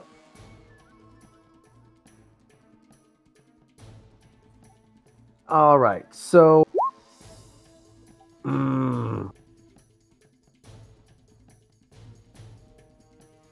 Well, guys are taking out these cockroaches a lot faster than I anticipated.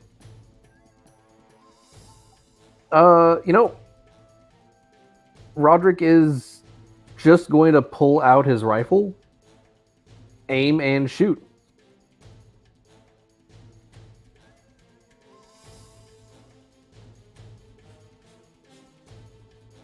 All right, fire away. I accidentally closed my character sheet. I know the feeling.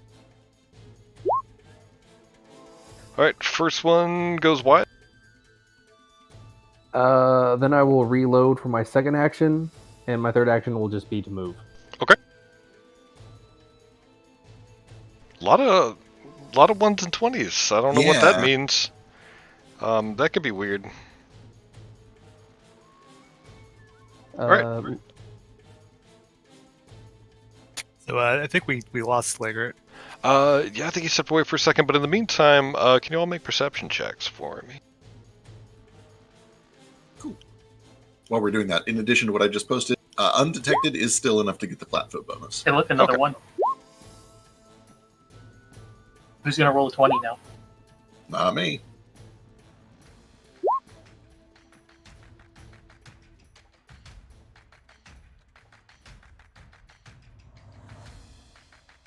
Oh, and I guess you do need to switch that back to perception, so that should be a... No, it's the same. Never mind, I'm dumb. Disregard.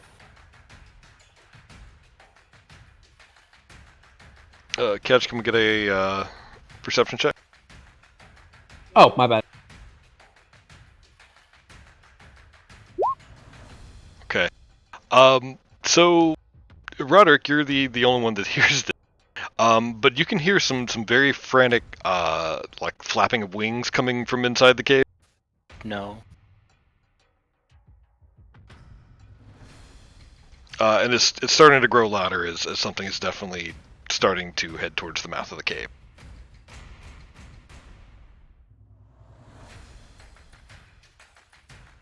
My good friends, it would appear as though there are some associates of these insects that aren't too fond of the actions we have been taking. Right. We'll delay Laird until he shows back up. Glenn, you're... Okay, first action, Glenn will move the flaming sphere onto the nearby insect here. Okay, that's a reflex save, right?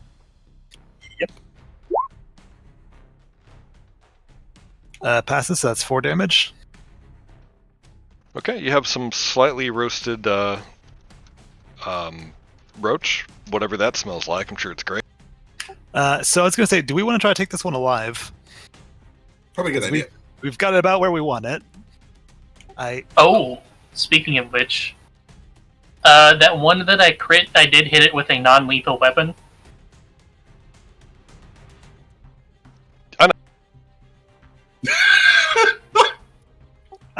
Is that one alive and unconscious? Definitely not, because half of it is splattered over meat and bone. You crit, son. I think it.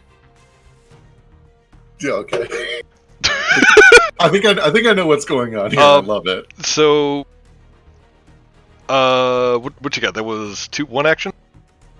Yeah, no, so, okay, if we're trying to take this one alive, shit, how does, Sorry, to jump in here, who's got the net? I do. I also have a net. Probably the worst person to use it, but I'm gonna give it a shot. I guess I'm gonna try to trip it then? That's a good call. Okay, God, I don't know where that even is on this sheet. Don't roll a 1 to trip yourself, I'm pretty sure. Okay, so just for looking it up, you can make a non-lethal attack in an effort to knock someone out instead of killing them. Weapons with a non-lethal trait, including fists, do this automatically. Excuse me, you take a -2 circumstance penalty to the attack roll when you make a non-lethal attack using a weapon. Using a weapon without that trait. I've got the hiccups. Okay, then I guess he'll just maybe try to, punch it or shield bash it or something. Okay. Give it an unarmed. You got hand wraps? Yeah. Hell yeah. So that's definitely a hit. Not quite a crit, but it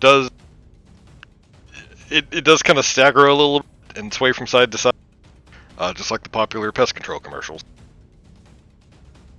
Third controller comes in with the other fist.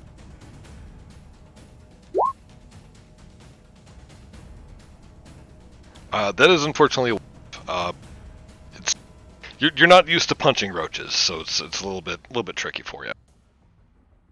Okay, that's my turn. Okay. This thing is gonna go nuts on some. Shit. Okay, hold on.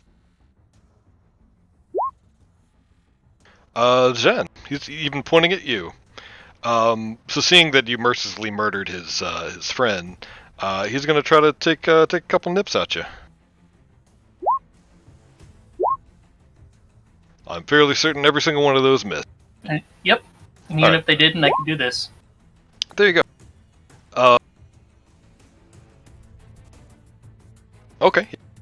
So you just kind of put your foot on top of its head and just kind of shove it away as it's clacking its mandibles at you. A bone. All right, here we go. Bones is going to pull out the net. I can use it to try to grapple a creature, which is an athletics check against their fort DC. This is going to be great. You have to mash B while you do it. I do, and I plan on also holding down in case anybody was concerned. Was it being down for you guys? Being down. Really? It was Being down. A be down. It was being up for us. How does this shit like spread? Because this was like before like game packs and shit. Hilariously, that is exactly enough. So yeah. you whip out your net and do a little circle with it and throw it on this writhing roach. It tries to skitter away and just kind of tugs at the rope, but you got a good grip on it. All right, they are grabbed until the end of my turn, unless I move or a target escapes. And let me go check real quick. Continue to grapple for 10 feet. Continue to hold it. They get if I move away from them. Okay, all right, cool. Okay, excellent. I don't know what rope tying is. I just want to make sure that this is even more secure. Like, this thing was meant to kind of like temporarily hold something. I want to permanently hold this and start walking it over towards the box. I have 2 actions left. I don't know how much of that I can use right now, but that's my goal. Is there a drag? What happens if you move? That's a really good... So I know with the default grapple, I would just end the grab. Right. But because I have a net, I think I can... As long as we're within 10 feet and I continue to hold it. I don't know. Let's go find out what a drag is. PF2 drag. In the meantime, I'll let you move like half your speed. Yeah. Kind of deal. If you can get to the left edge of that map, I'll say that's where your bike's at. Or somebody can run over and grab the box. Okay, awesome. I'll go look it up in the meantime, but I'll just kind of like delay that last bit of my turn until I find out how it works. That's fine. The rules as written probably don't include Pokemoning giant. Well, they should, or it's a terrible system. All right. Me. Okay. Can I assist with moving this, or would that like potentially get let it out? Yeah, no. You can make a athletics check, and that's going to give Bones a bonus. Or if you're just stronger than him, you could just take the rope and then start tugging. Why do I keep rolling ones? So despite your best efforts, you're not really able to assist with the wrangling of this road. Okay, fine. Is that everything? Okay. Gonna take a look in here. So you're immediately hit in the face by a very large creature. Cool. And by hit in the face, I mean it's not actually their turn. But let me figure out how to reveal areas.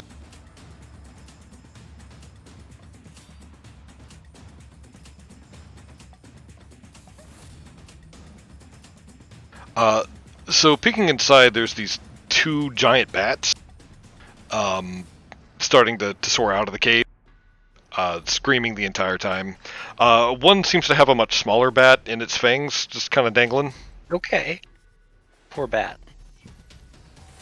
Okay, so was the assisting 1 action, stride was 1 action, so I have 1 left? I think 8 is 1 action. I think it is. So I should have 1 left, yep. Yeah, we'll say yes until someone tells me otherwise. Okay, I'm gonna try and hit it. Aid is a reaction. That's a reaction.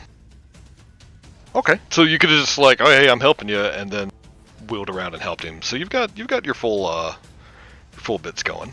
Full bits? Okay. Yeah, full bits. All right. So you wheel around and just clock this thing as it's screaming in your face. So I do take the damage that you do and then double it instead of the critical damage. There's a setting that you could turn the critical damage off. Okay. But I'll give it to you this time, just because that's a big pretty thing. But you do need to go turn that off. Okay, I will do that. And then I don't know if opportunity attacks are a thing, but Not really for you. I mean, you've like certain creatures have certain reactions. okay. Well, let's see. But that being said, you do see this thing as you just wallop it, try to like flail its wings at you. Mm-hmm. But you're just a little bit outside of reach of it. Huh. Okay. Neat. Then I'll just run away. I do have the agile movement feat, so my movement is 30, just so you know. Okay.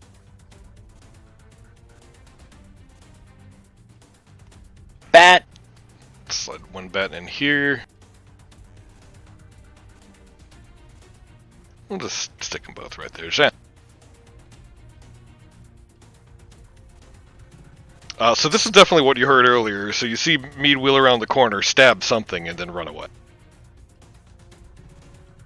So if I attempt to pacify this roach by bashing its brain in, I could potentially kill it. Did I, before he does that, did I see what happened to this other one? To this one that was right here, yeah. To the one that he beat with his nightstick. Yep. Yeah, okay. It, like... Tell me again what happened to it. So it was fleeing from me. Tried to make a jump at Jen. And Jen just, like, 9-irons it. And it explodes into itty-bitty bit. Okay, it literally explodes into itty-bitty bits? Yeah. Well, the top. I mean, like, you hit a roach hard enough, it's gonna pop like a little bug balloon, and that's... Okay. That's what you got. It didn't, like, combust, and... What I'm fishing for is if I think that this thing is going to destruct on unconsciousness, I'll try to stop John. But if that's not the impression I get, then go for it. No, you don't get the impression that the minute this thing falls unconscious, it's gonna self-destruct. Cool. Actually make a nature check. Perfect. I might. Yeah, I might. This thing's gonna fucking blow, dude. You better be careful. No, you're fine. Jesus. You got a 0? Is that like one of your only skills that you don't have training? This is one of my 4 that I don't have trained. Oh, jeez. Okay. No, you're fine. There's nothing in your mind that tells you that this thing is gonna explode when it falls unconscious. Legitimate Carry question, though. All right, Jack.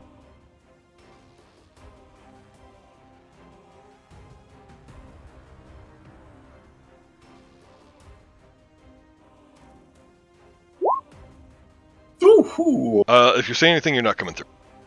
I did not. Okay. You're just gonna go roach hit. Yes. All right. So you thump this thing on the noggin. It makes a terrible screech, and is just kind of rolling about.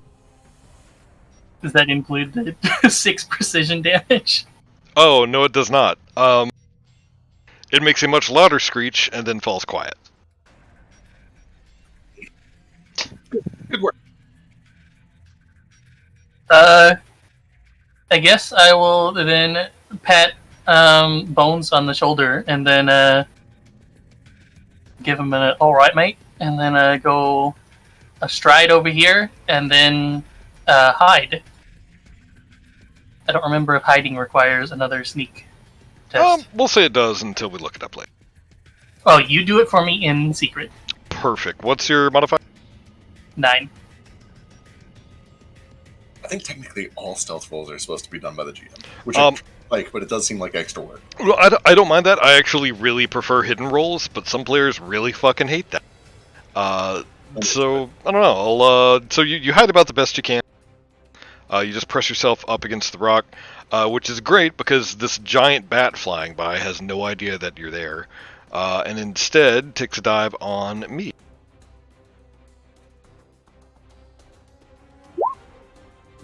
Does a 25 hit? 25 will hit. For 10. Alright, you get these just giant fangs just sink into your shoulder. Its weird little tongue just tries to get into that wound. Gross. But it's kind of talking you about. And its buddy is gonna try his best, but I don't think it's gonna be good enough. He is just gonna zip right past Jan. Do you have any kind of reaction? No. Okay. So yeah, it doesn't take any notice as it just soars. The wingspan on this thing is massive. It's like probably two of you put together. But that's going to bring us to Roderick. Roderick does not look very pleased with the introduction of these giant bats. And so as a result, he is going to level his trusty rifle, point it at this bat, and fire. What are bats except just rats in the sky? You're thinking of pigeons. Oh, you're right. Anyway, fire in the hole. God damn it. Yeah, that clanks off the outside of the stone there. So that was one action, right? Action 2 to reload. Action 3 to just do that. All right, circle around for a better shot. Laird, you're here. Do a thing. Okay. I'm assuming this bat over here looks actively about to die. It's bleeding pretty profusely. Mead took a big gouge out of it with the spear. Does it look like Mead has that from here? I mean, I almost killed it with one hit. Okay. Well, then I'm going after the other one and moving so that I can see. This thing's dead, right? It's not moving. Okay. Then Ray of Frost the bat over here. Okay. That is definitely. Screeches, makes just this horrid noise. Loses a little bit of its flight, but manages to swoop back up. So that's 3 actions. So you're good to go, Glint. Okay. So how bad of a hit did Mead take? Look pretty meaty. He's getting chewed on by this giant bat. 2 more questions. 1 is diagonal movement normal cost, and 2, do I take any movement penalties moving through the unconscious bug? No. So it's the weird like 5 and 10. Like if you drag your token out or you do the measuring thing, it should tell you exactly which way to go. I would say that the bug is going to be difficult terrain, or you can athletics to just give it a little hop. Okay, but so 5 diagonal squares is not 25 feet. Correct. It alternates 5, 10, 5, 10, 5, 10. Okay, let me think in that case. Okay, in that case, Glenn is going to move 20 feet north.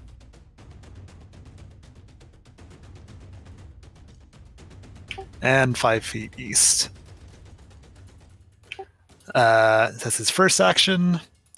His second action will be to move the flaming sphere onto the bat near Mead. Okay. That's going to be a reflex check, right? Yep, about to hit it again. It'll be against DC 19. Nope. So you toss a little fireball up. The lovely scent of roast bat fills the air. As Mead, your bat that's on you suddenly catches on fire, screeches, and then falls into a charred husk. Cool. Okay, and then for my third action, I'm going to move down there adjacent to the last bat, and that's my turn. All right. That roach is having a great time. Bones. It sure is. All right, let's go and take a one-action stride. 1, 2, 15, 20, 25. It's so weird that 25 is the base now. Right. Shit, Glenn is exactly on a corner, too. So that is not flanking. Is this thing at ground level, actually? It's a couple of feet above it. It is flying around. But it had to dip out of the cave.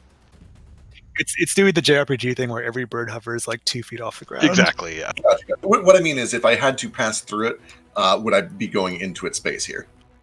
You could get under it. Okay. Cool. Then that gives me exactly 30. And now I'm flanking. There you go. So let's do action number 2 to attack. Give it a cool little baseball slide and spring up where you're at. Hell yeah. I actually have, like, baseball slide to get flat-footed, but only if I pass through their space. But this works just as well. Okay. 20 for 11.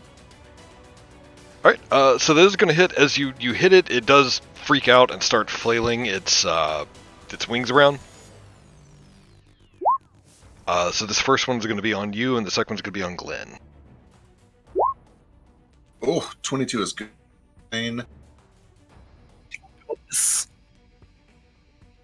Ow.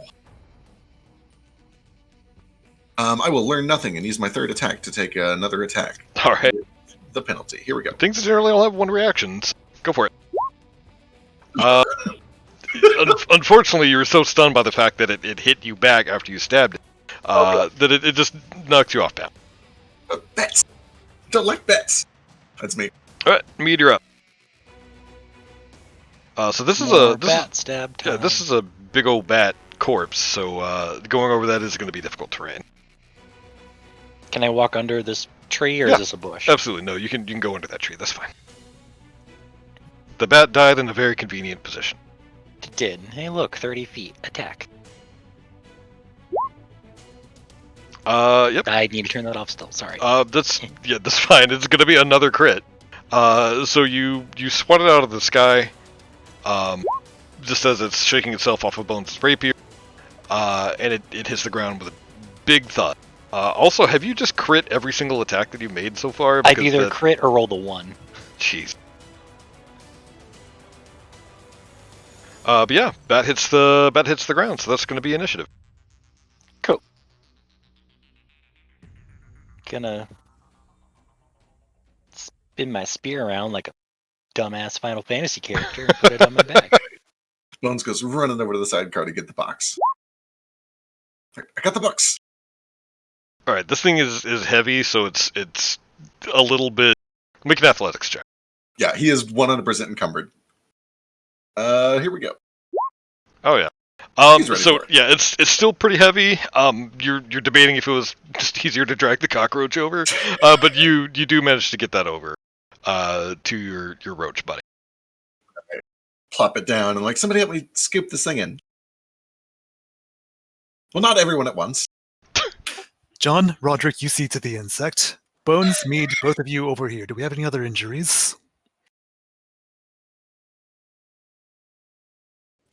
No, I think it was just us. Okay, so Glenn is probably first going to request that people turn those potions back over and start with those because that doesn't take any time. Good call. That's just a flat 6, right? So how much health are each of you missing? 10. 9. Okay, so let's start with both of you taking 2 potions. Just for both roll 2d6. For what it's worth, because I guarantee it's going to come up later. I don't give a shit if you guys talk about numbers. It's just so much easier to talk about that instead of yeah, I'm probably at a 48 out of 62 if I had to put a line on it. I have a paper cut and. Do those elixirs there's not a cooldown on it per person? No, I mean they're just straight up healing potions. Hell yeah, then I'll go and take a second one if we're handing somebody is over. I'll hand mine over. All right, I I can do am one more. near full. It's not worth me drinking another one now. Okay, and I think. Do we have any time crunch, or do we want to have Glenn spend time treating people? It's really up to you guys. It depends on what you're doing. If you're taking your capture back right now, then not really. If you're going to explore a little bit more, then you're good to go. I can wait a little longer. That's fine. You could always like stick your head in this cave, look around a little bit, and then send somebody else to do your dirty work after you've created the bomb. Well, so how much health are you both missing now? I'm only missing 2. I'm missing 4. Okay, then Glenn will give me the potion that he was holding. So you take that one, another D6, Thank and you. we'll probably just call it there. What is my rolling today? Buddy, yeah, like It's either all or nothing. So it reminds me of a friend of mine that I used to D&D with back in Florence. He would only ever roll just the most incredible shit at the most useless times. Like he would throw a fireball on one thing just for fun because he was that kind of player, and then roll like just max damage on every D6. He'd roll like a 39 on 4d10. It would be incredible. But then every time he tried to like hit something, it'd be like 2, 4, 2, 3. It was uncanny. Yeah. Probability vortex. So anyway, so you managed to stuff this very unconscious roach into your cage. And then Glenn goes about and patches people up. What's the plan from here? I definitely grab the hammer and nails. I hammered this box shut. I reinforce it. I make sure it's good and tight. But then I will put it back on the sidecar. And I'll be like, well, do we want to go back and get that bomb before we go any deeper in, or do we want to maybe poke our noses around? I am dumping out a ration tin on the ground and coming over to scoop up some green goop. Oh, good call. Okay. Oh yeah, and Glenn will probably also load one of the bodies if we can. Of the roaches or the bats or both? Both if we have room. The bats seem large. The bat's going to be a real bitch to carry back. I think unless you guys have a way to carry it, I can fit like one more bulk in my sidecar, and it's not going to be pretty. Because the box, the rope, and the cockroach all together makes 5 out of 6. The bats, hollow bones in it. Simple as. We could horseback it. So just for reference, a large creature is 12 bulk. Yeah. Okay, so the bats stay. Oh wow, that's a lot. I will grab some teeth though. Maybe some eyes. Those are a thing, right? Alchemical or something? Eye No, of maybe bat. that's a fairy tale. I mean, Perhaps, would anyone happen to have any empty glass vials? Oh, I probably do. Hang on, let me go check. if I had a vial, I wouldn't be throwing this into a ration tin. Soap, candles. We have 2 potions that have just been drunk. Yeah, there you go. Definitely seems like something to carry for your next expedition out, though. I kind of assume that Glenn just has them as a thing, Has as shit, part of his stuff. I'm trying to decide if I want to have vials or not. I don't think I want to have vials right now. But, unless we think it's going to be like very valuable. Do we? We could make a stretcher, hook it up to the back of the horse, tie a bat body onto it, and just drag it home. That might be doable. Let me go check and see if I can make a cart. Have a cart. Actually, no, that would put me over my bulk limit for sure. No, I can't have a cart. How long does your horse last? If I can get one of the vials that had potion in it, Roderick's gonna, empty it out, or empty out what's left. Try to clean the inside of it, and then he's gonna try to get at the very minimum, 1 vial of the bat's blood. Okay. To answer your question, it lasts for 8 hours. Okay. Horse is probably gonna poof before you really get back to town. Like this is a pretty significant ride. Maybe like I halfway mean- on the way back. Glenn's a shapeshifter as well. For 10 minutes. Actually, not even. I think 1 minute currently.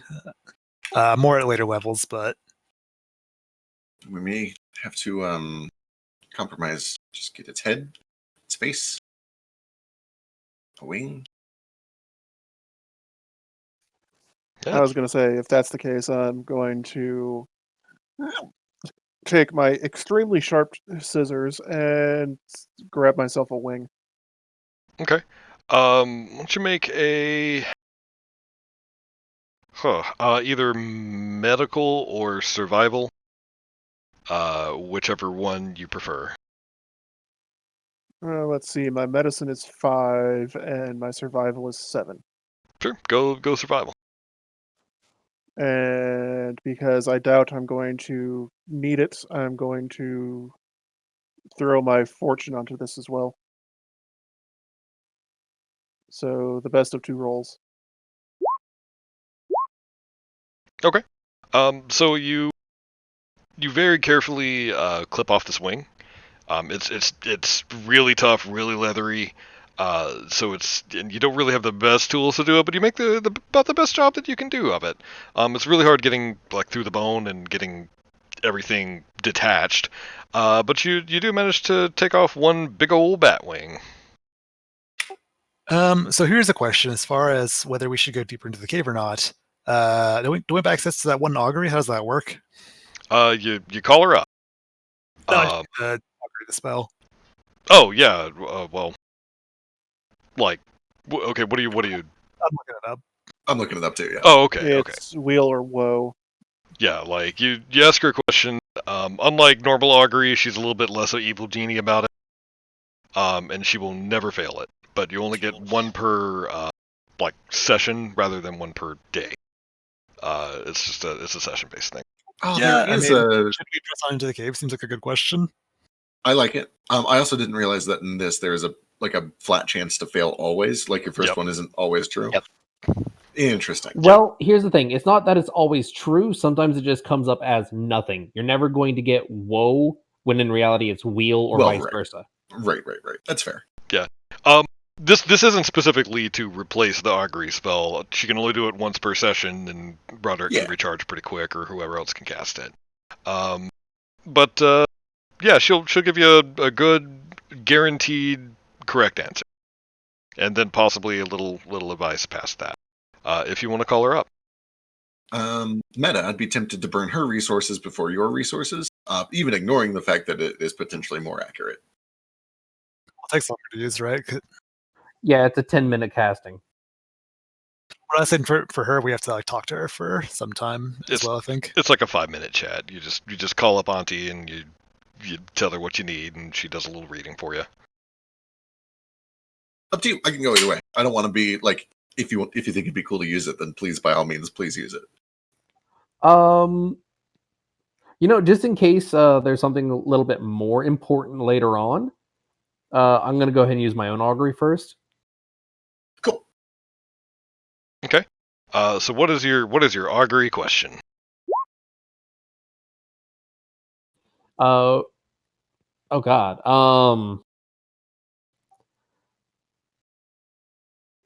God, what should the augury question be? Do you want to take a second to think on it while I run to the bathroom? Because I've been holding this pee for like an hour. Yeah, go for it. Okay, go do your thing. You talk about it. Figure it out first before you cast it. So for augury, it's not so much a question. We describe a course of action that we're going to do in the next 30 minutes. So you would word it as, we plan to venture into this cave in search of a way to kill all the cockroaches.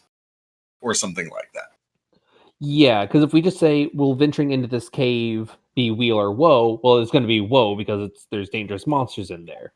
yeah, maybe like, should we venture into this cave to gather more information? Would kind of give us a mix of like, A, will we actually learn anything useful, and B, will we get eaten by bugs? Yep. I just worry that that's just going to result wheel and woe. And that actually That is useful. that would tell us that there is information to be found. Like, I think we can kind of assume here, we're going to get a woe. There's evil giant cockroaches in there. Like, we know that. What we're doing is we're trying to fish for a wheel on top of that, right? Yeah. So something like, we tend to go into this cave, fight our way through the giant cockroaches, And that's it. Like, we literally just have to describe a course of action if we want. We don't even, like, there's not really even a question attached to it. But we can probably mention our motive, and that might steer it a little better. So something along the lines of what is the result of the intent of going into the cave in an attempt to destroy the nest? Yeah, I would say there are two ways we could phrase it. We could put it as to gather information or to destroy the nest. In the first case, Woe would tell us there's not really any useful information to be gained. In the second case, Woe would tell us that like it's way too huge, we can't just take it out by walking in there. Yeah. I think I lean towards we plan to go into the cave with the intent of wiping out all these roaches for good. And focusing on the destruction of the roaches rather than the information. And if we get information along the way, so be it. Because then, getting information, what did we learn? There's a shitload of roaches. Yeah, I was kind of thinking that. Like, there's not really much to be learned. We already have a live one, so I think destroying the nest, basically. Okay. And again, like the way it's worded, it doesn't really like we're including our intent for funsies, but like all it really tells us is the course of action that we've chosen, which is we're going to go into this cave sometime in the next 30 minutes.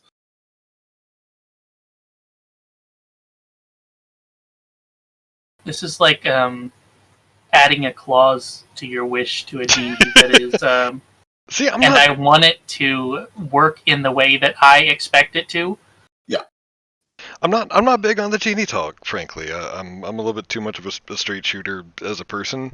I guess it just really depends on what you get. Like if you're dropping a wish spell, fuck yeah, you better be real careful with that. But okay. I don't know. I'm just not.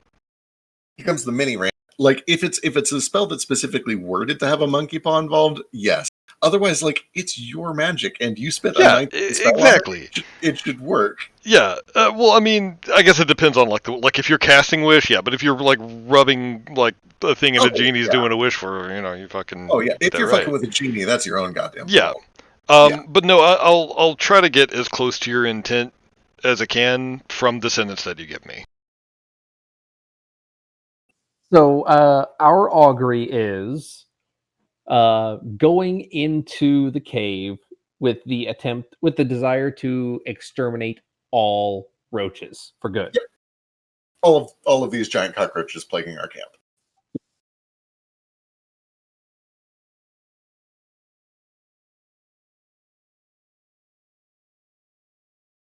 Is that your final answer? Also, how does your augury work? Like, what's your you got cards?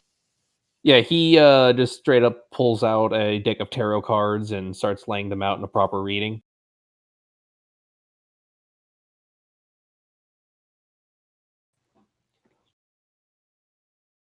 All right. You flip them over. Take a little bit, kind of chant thing. Think about it a little bit. Drink some tea. You get woe. Ooh. Well, I think we need a bomb. It does sound like we can't complete this in our current state. The tower and death have been looming over us for quite a while, and I'm not fond of that.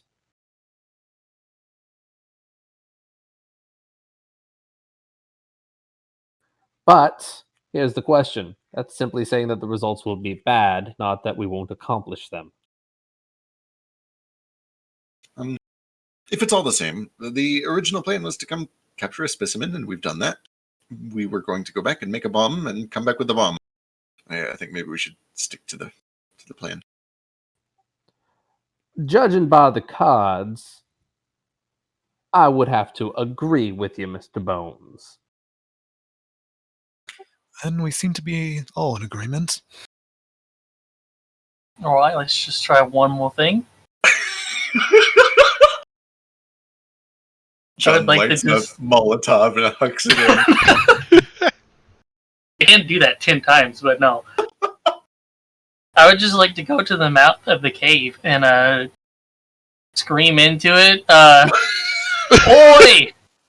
You lot in there, come put up fists. Oh my god. Laird is now all the way back here. Yep. Uh, Bones. make a perception check, Mr. Chan. Easy. Roderick is too Failure dumbfounded now. to move. Ooh. Opposite of a failure. All right. Yeah, you hear a lot of scuttling and skittering coming from inside.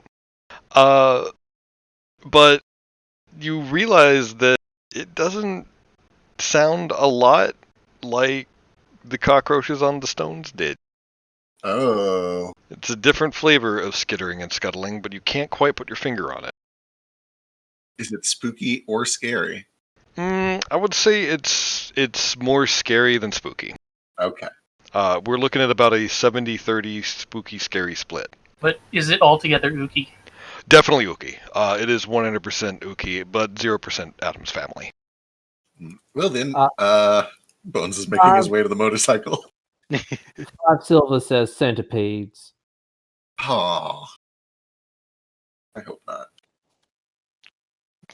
Rather not, to be great. I'll eventually pick a voice. Well, shit, let me just rewrite this thing so it's not centipede.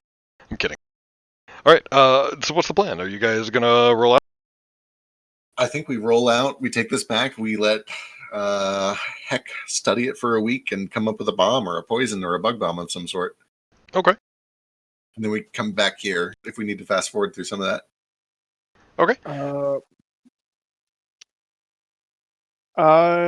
Since we're leaving and we're going to probably have time to recuperate, before we leave, I'm going to summon Vexkit Alright. and tell him I'm going to summon him again tomorrow, but first I want him to go in as far as into that cave as he can and tell me what he finds tomorrow. I don't know if he'll do that. Let me take a look. Whether he will do that or not, even Laird wouldn't know, so it's still an action he's taken. Familiars. It's not a familiar, it's just a summon. Okay, so it's either like one of two things here. You're either summoning like a type of dude, that's gonna go in there. In which case you resummon him, and it's a different guy, and he's not gonna know. Or you're summoning like the same guy, like you're summoning like Bob, the dude. In which case that might be a little bit different. So let me. I don't know. I would love it if it was Bob, but it's completely up to you, Mr. GM.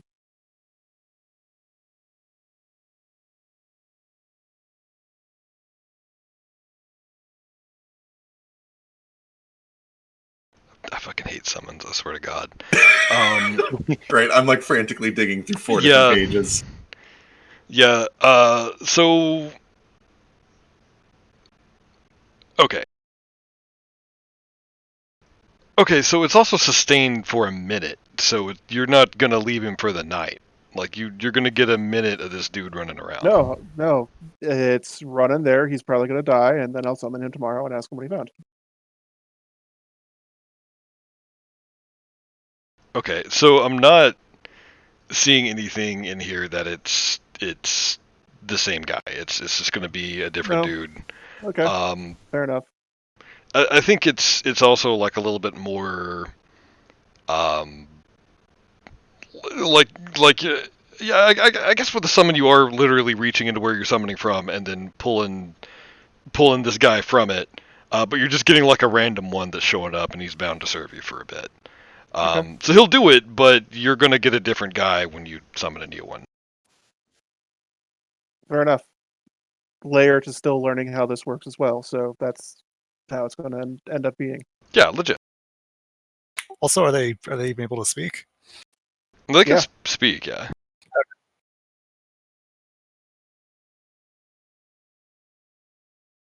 But you can definitely get a minute worth of scouting if you want to send him in.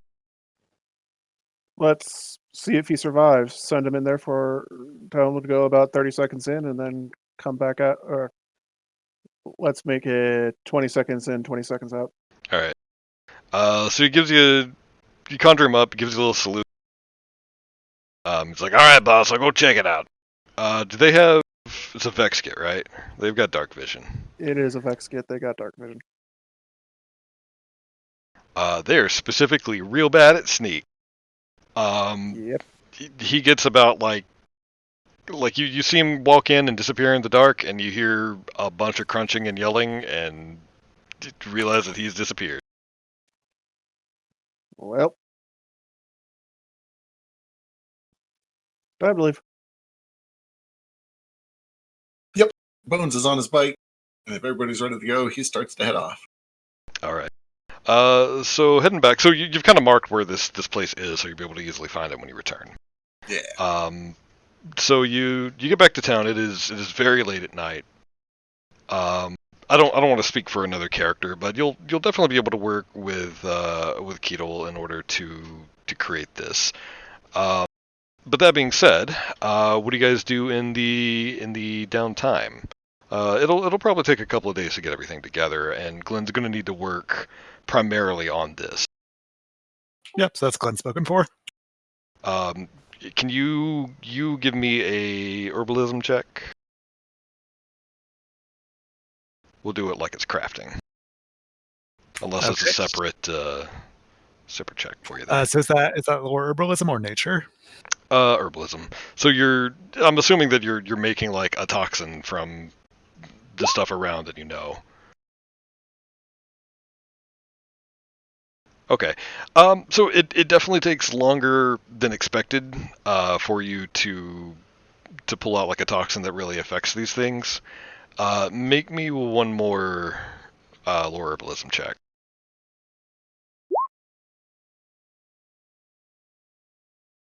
You got that hero point if you want to burn it. I'll burn that hero point. Eesh. So it does take you a good week and a half to come up with something. And even then, it's doesn't seem like it's totally lethal, so much as a big old deterrent, and will kind of paralyze them for a while. So it's sorry if it's relevant. When I craft my healing items, I craft those using nature, which is significantly higher for me. Oh, okay. What's the difference there? So lower herbalism is at 5, nature is at 11. Yeah, that's definitely going to make a difference. Do you want to go ahead and tuck that hero point back under your belt? Just Is that where I'm storing it? Yeah, it goes right in your pants. Right, cool. So yeah, so you do manage to get out a nice toxin. It does take you about 5-6 days to get something that you drop on this poor roach that you've experimented on, and finally you come up with something that you're fairly sure just kills it outright instead of just having it die from all the shit that you've thrown at it.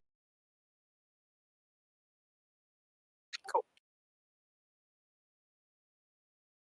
This definitely does not violate your anathema. This is this is okay. So in the meantime, what do the rest of you guys do? I want to talk to one of our crafters and see if I can get a Batwing cloak made. Ooh.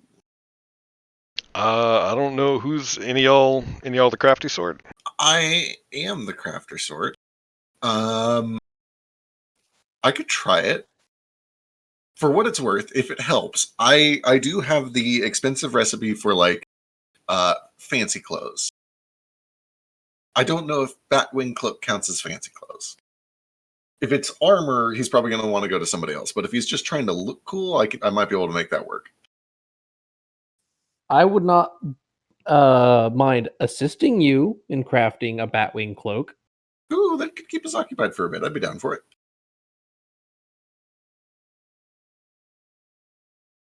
Yeah, are you making?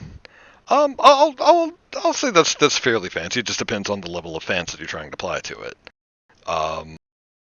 Yeah, we can do that. Actually, it's a large bat, therefore a large wing. Would we be able to make a kobold-sized coat out of it because mine's like ratty as hell. Well, By that, design. That's a lot of also leather. sounds So what? that sounds cool as shit. Yeah, no, that's yeah. You think Bones, you think you can come up with something with that? So let's look over crafting while we got a little bit. So you can make an item from raw materials. It's not alchemical. It's not magic. It's not a snare. So that's good. What level is fancy clothes? Fine clothing is still only item 0. Okay, so then you can make that because you're higher level than it. You've got the formula for it. You kind of have a workshop. Like you don't have a great place to. Oh, you do literally have a workshop. We have a yeah. workshop. Yep. Yeah. So you've got a perfect place to do that, which will have all the tools and everything that you need, and will also provide a +1 bonus to it. And you've supplied raw materials, so you've got that. So let's see if you can make it out of this material. So you spend 4 days at work, at which point you attempt a crafting check. So let's Scad, you're assisting, right? I am. Okay. So what I prefer doing when you're assisting on this stuff is both of you roll, and I take the highest, and then if the other one gets above a DC 20, you add +1 to the roll. I like it. Okay. So both of y'all get to crafting. Hell Okay, yeah. So so- that means we also add a proficiency. Yeah. So you make a real good cloak actually, or what exactly did you want here? As I said, probably a kobold coat. Okay. Kobold-sized coat. Yeah, make a little kobold jacket kind of deal. Like it's a big long thing. In fact, Bones, why don't you guys come up with something nice for this? What's this look like? I was gonna say I almost kind of imagine like a Bloodborne trench style thing. Yeah. I was kind of leaning closer to like a pea coat. I could see that too. What do you want, Lair? This is for you. What kind of style? What's your look?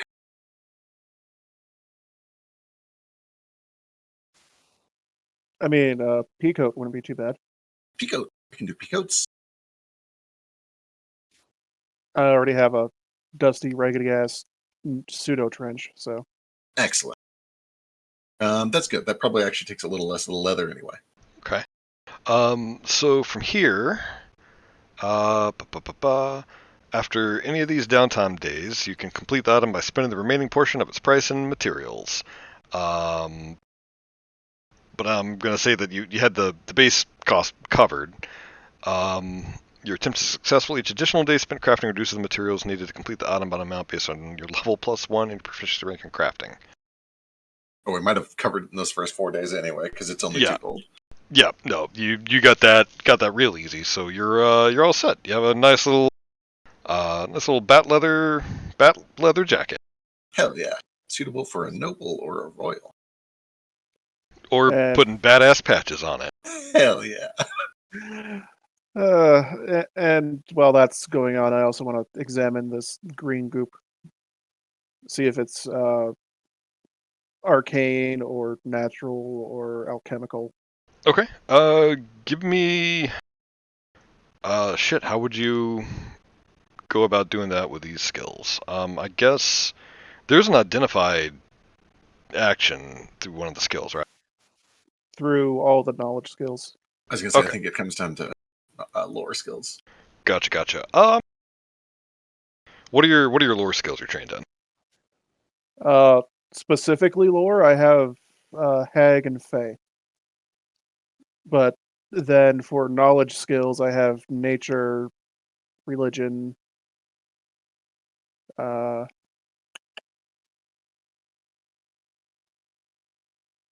arcane, occult.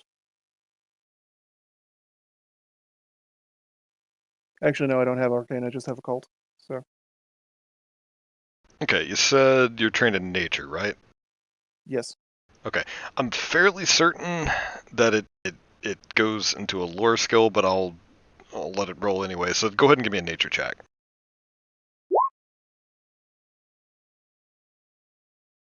Okay. You could tell it's some kind of venom. I mean, obviously, it came out of a roach, so you figure roach venom. you're not really sure any kind of applicable use for this.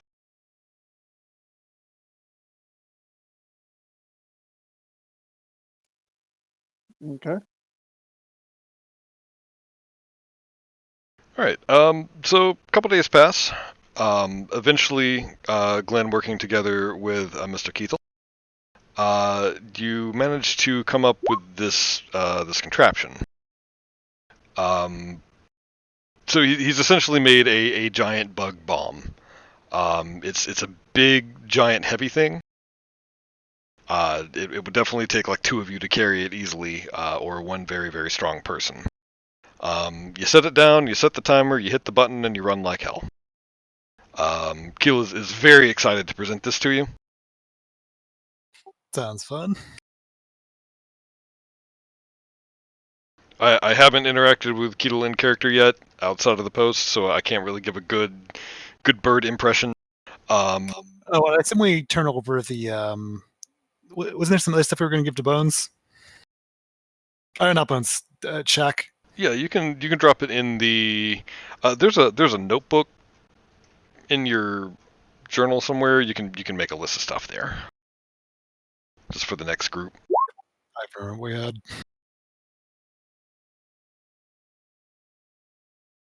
Maybe they didn't have it. Never mind.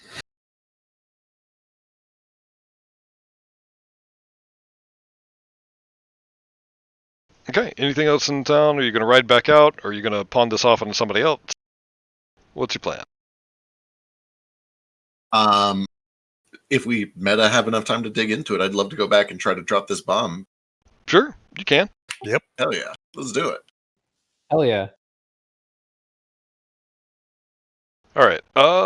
So once it's ready, do you mean like tonight or like in game time? Kind of both, but like I'm down. Let's go blow some bugs up. Gotcha. We can. I'd like to keep these sessions kind of wrapping up around midnight to 1. Sure. But we can either just kind of hang out and discuss like some plans for the colony, or if you guys want to kind of clear the way, and that way we can send like the group next week into it proper. Or if you want to set up a base camp outside, or whatever you guys want to do. I was gonna say maybe we assume that like our group of 5 goes in. There's another group of 5 with us, but they wait outside until we do the first like wave of clearing, and then they take over with the bomb next week. Okay, that sounds like a great plan. Cool. Yeah, some like heists thing where you need 3 people at 3 locations at the same time. Exactly. Well, like going into the cave and then like clearing out half of it's going to be a day's work. You're going to want to retreat after a second. So Exactly. You figure you'll kind of pawn the rest off on somebody else. Perfect. Then let's do it. Fuck yeah. All right. So you get your party of 12 together. Part of them are riding in Zizek's van. The rest of you are just kind of slowly trotting behind, or riding your bike or your ethereal pony, or what you got. And you head back out to the cave. So what do you guys do when you get there? Are you setting up like a base camp somewhere? What's the plan? A proper base camp does sound like it would be appropriate.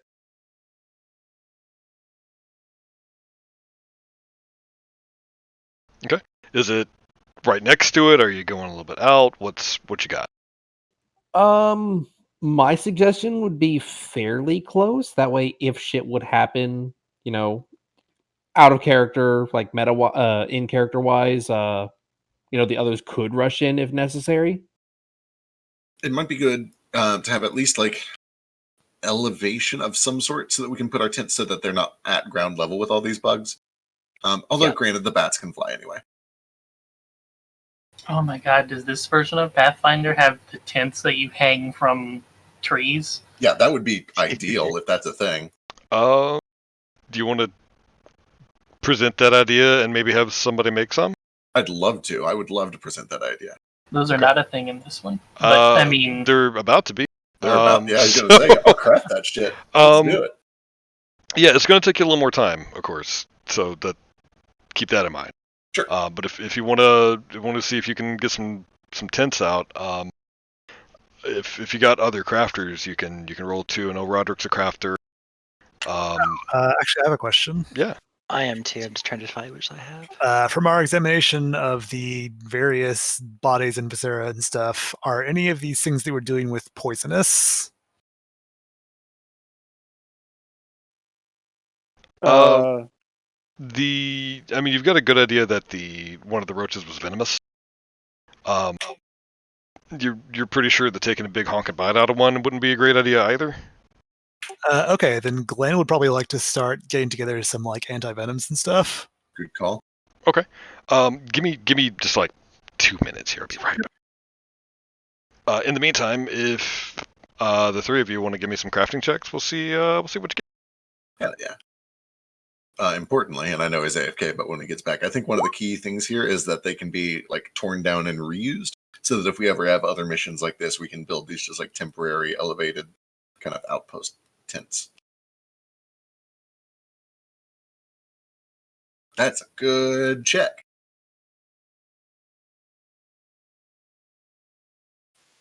Let's see if I can help. That's another good check.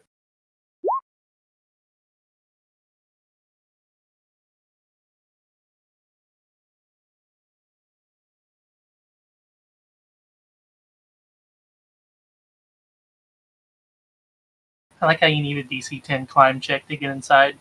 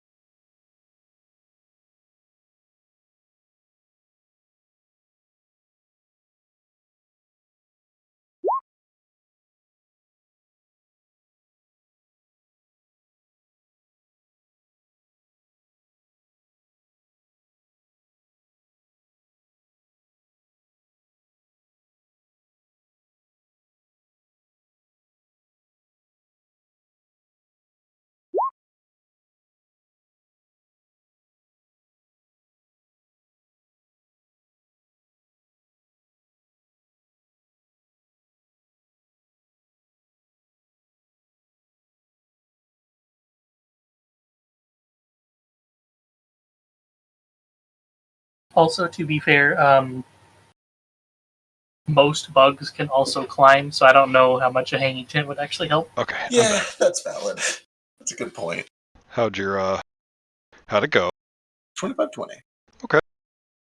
What's just a regular tent? Like, how much? I'm sure it's level 0. It definitely is. Is 0. Okay. I'll say in the 4 days it takes you could probably crunk out about 6 tents between the three of you. Cool.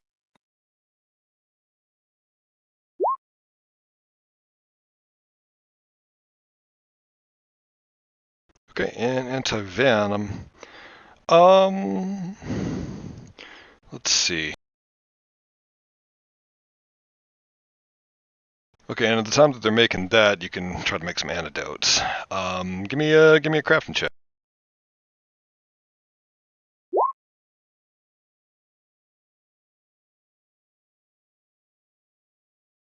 Okay, so reading over craft, it looks like if you just make that one check, you're saving half the gold cost, right? Or you can keep working on it. That's my understanding, I think. Okay. How many tents y'all want to make, or do you want to spend more time trying to work on those? Are these, so there's 2 types at level 0. Are these the pup tents, which I assume are just single person, or are these the 4-person tents? They're Hanging both level tents 0. only hold one person, so it would be Yeah. the pup tent. Yeah, I'd Gotcha. say pup tent. Cool. I'm going to say it's the exact same thing, like cost-wise. Just a little bit different. Then I imagine 6 should be fine if we're taking watch shifts, because there will be 10 of us total if we have 2 teams of 5, which means we have 4 people on watch during each shift. There you go. Well, what I'm asking is, do you want to spend the rest of the money to fix it, or to just do it, or do you want to keep crafting it to make it for free? Oh, I see what you're saying. That's up to Glenn. Or, well, I guess it's up to whoever's crafting, so that would be Mead and Roderick. How much are they? I think they're pretty cheap, right? I think they're pretty cheap. They're 8 silver 8 each. silver. So 64 silver is 6 gold, 4 copper. I will throw in 2 gold if we just want to make them. There's also a Yeah. van that 2 or 3 people can sleep in. Yeah. So So I'll throw 2 gold, which means we need 4 gold, 4 copper, I can do Oh, 2 or gold 4 and silver. We'll call it at 4 gold total. If somebody does 2 and somebody does 2, I'm fine with that. I'll do 2. Okay. Perfect. And then Glenn, so you do have the remnants of the venom that that Laird picked up. So you can kind of work with that to help develop that anti-venom. So if you make it specifically just for this kind of venom, you don't have to pay anything more. Okay, cool. Because I have basically no money. Okay, that works. So you got the antidote, but it's only going to work against this. And it's only one, I would assume. Yeah, this one. Okay. 1 dose. Damn, antidotes are expensive. But the way poison works is also a little brutal. So that's actually pretty good. So anyway. Yeah, poison alchemists are scary. Yeah, jeez. So anyway, so you make your way back out to the mouth of this cave. What's your plan once you get here? You've set up your sky tents. What you got? So I believe the plan is leave the bomb outside for the time being. We go in and we do kind of an initial scout and clear, and we look for the best structural place to put this bomb. Somewhere very central, somewhere with good airflow, somewhere that's going to really cover a lot of the cave. And we probably have to fight our way in there. Once we've kind of located the bomb hotspot, or when we've just exhausted ourselves and we can go no further, we pull out, we retreat, and then the other team takes over. They take the bomb in, deploy it, and set it off. Got it. Okay. Or that's my plan, at least. I don't know if you guys are. If that sounds Nope, good to I'm all of behind you. that. That sounds fine to me, yeah. All right. Cool. So returning to the entrance of the cave, you notice one very particular change. That the entire front of it is covered in thick cobwebs. Oh, Oh, good. We get the roach part and not the spider part. well, I think we're about to do the spider part. Oh. Yeah. Glad no one took me up on my gamble. Well then. I guess let's get on with it. Should we drink that anti-venom now? How does that work? I'm afraid I only had enough time for one. It'll need to be administered after the fact to whoever ends up needing it the most. Understood. I have not looked. I assume that I get health back when I do a short rest. How does that work? Like overnight? Fuck, man, that's a good question. I mean, it's been like a week and a half, so Yeah, yes, like, but I assume that I'm getting my health back. I'll go look and see exactly how it works, but I'll Okay. put my health up. legit. Also, Glenn could probably find one action at some point to slap you with. Yeah, I was gonna say, even if we just had to rely on like medical checks, we have Yeah. fucking 17 doctors. Yeah, you're gonna be at full, but it is very curious on like what happens if you sleep for the day. Kind of Con mod times your level. Okay. It's not a lot of hit points. It's not especially okay. It is minimum 1 at least Okay. for the con mod. I mean, I guess it makes sense because like if you break your leg and you just sleep it off, like it's not. Yeah. It also means that mundane healing is more important, which I love. I think Yeah. that's really good. All right, so enter this cave, and I'm gonna try to draw it out without it looking like skeet. Just has these big, thick, sticky ropes, just splattered all across the entrance here, in big, wide loads.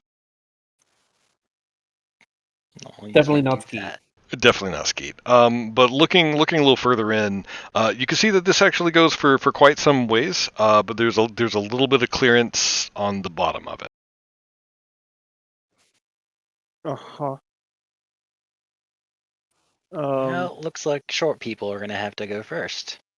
Scout out. Or we can walk up to it Last time I walked into that cave, a bat came and tried to eat my throat. So sprinkle some lantern oil on the webbing, and take out the flint and tinder. I like Or the flint way and steel. you think, sir. So the oil ignites. And then back up. So it's kind of like melting shoelaces. Like, it doesn't burn like you think that it would. You kind of get like a big sticky hole. Right. I'm okay. You get like a big sticky chunk out of it, like here. But it's just kind of melted into like a weird rubbery slag. You did make some progress though. But just this particular web doesn't seem to burn like you think that it would. Glenn, if I may ask, would it be possible for you to summon forth another inferno to use to perhaps burrow through this webbing? Of course, stand aside. He's just going to. He's not going to cast Flame Sphere. He is just going to basically spam one of his cantrips. Okay. All right. So it kind of the same with Laird. Like you'd expect a cobweb just to completely be a fire hazard and torch this entire cave. But instead, it's really more you're just making a hole in it. And eventually you get enough to get past this front barrier. As the sides of the strand snap away, you notice that it almost seems like it was intentionally splattered across the door. As when you get a little bit further in, it widens out a lot more. I sure do love when my melty, sticky hole widens up. Christ. You just got to get past the the tight entrance, and then it all. What? Is there going to be another one in there, deeper in? Once Glenn is done goopifying the webbing, I'm going to use Ray of Frost to freeze it so we don't walk through sticky crap. Okay, Good call. legit. It's Yeah. amazing the miracles of magic. And he actually sounds genuinely impressed. Yeah. Glenn, this is something that like you're used to like doing like once a week maybe as a party trick. So it feels kind of cool just to huck fireballs constantly. I don't understand how all of you could have gone your entire lives without having to do this, or without being able to do this. I've been meaning, guys, where did you come from that this is so commonplace? I mean, maybe it's just me, but a lot of my magical ability comes from this guy, and he just holds up the bat dangling from his arm. And where did he come from?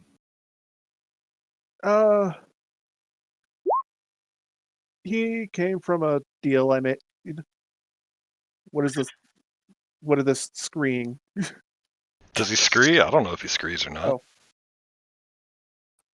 Okay. It's a happy little bat scree. He's saying hey. That's how he says hey. I think he was making sure that that wasn't a spider jumping down on us. Okay. Yeah, Or that I was somehow upsetting the DM with bad information. Oh no. Oh, gotcha. No, I would stop and interrupt you immediately. Surely, Uh, no, you're- surely deal, though, you say? familiar with other casters from the old country, you must already be aware that being able to do all this is highly unusual.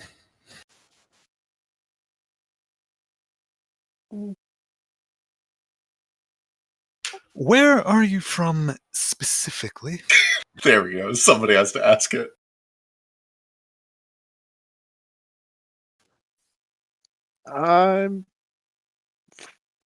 I don't really know the name. I was a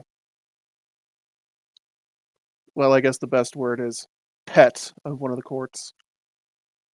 You've mentioned these courts twice now. What court?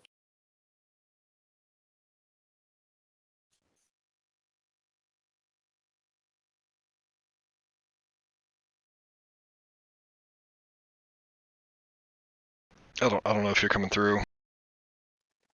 Yeah, sorry, one moment. He's making things up. He's about to tell us lies. He's looking up and to the right. Or he might be frantically checking notes like I have to do every time I'm asked about my Every time. backstory. Fuck yeah, no. Actually, because this was a thing we never quite got to. DM, what court? Ooh. Shit, man. Don't ask me. Say a word. I don't know these things. Basketball court. You just roll what comes off the top of the dome, and I'll make it work. Here you go. We're starting spring. Spring. Oh yeah. There you go. That seems appropriate, actually. Yeah. Yeah. Please don't let my random die roll make important decisions about your character. So, in actuality, what he's going to say is, well, how do I translate this? The court of the lady, she who smells like grass after a summer rain. Wait, okay, so Bones suddenly goes wide-eyed. He stops dead in his tracks and repeats what you just said in fluent Sylvan. Like that? Like the Sylvan courts? Yeah. No. No, get out. You're not actually. Not actually what? No, you're it's a joke. You can't be from there. I mean, I spent several How did you get years here? there. Oh, I have to know everything, but maybe not right now. Right, spiders. Okay. Do we want to go deeper in, or do we want to try to lure them out like they did last time by making a bunch of noise? That way they can't cut off our escape. I'm not done with you, though. When we get back to camp. I too have many questions upon this provocative information. As regards the spiders, they seem to have already made something of a choke point for us. Where's the loud one? John, do something. The loud one. Here, let me. I was gonna use one earlier and I forgot. Fucking let me.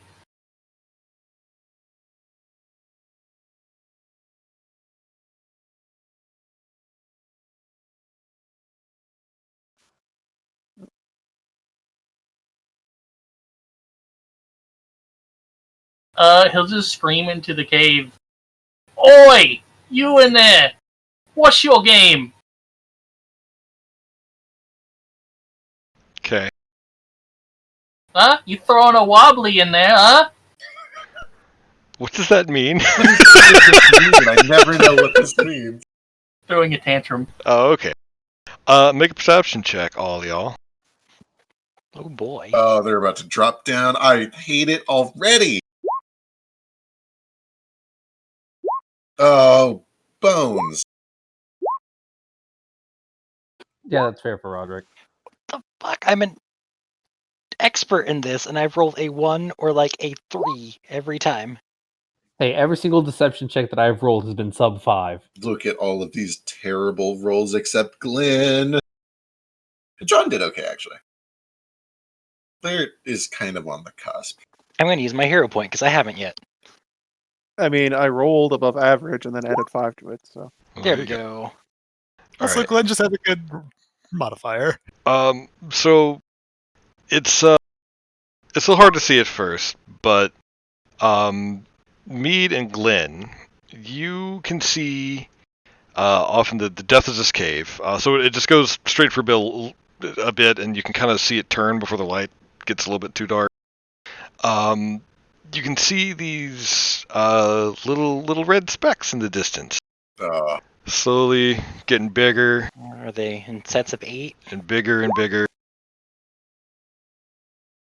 And you see this big furred leg Blech. just kind of slowly curl around on the ceiling, Give us the old razzle dazzle. giving you a razzle dazzle.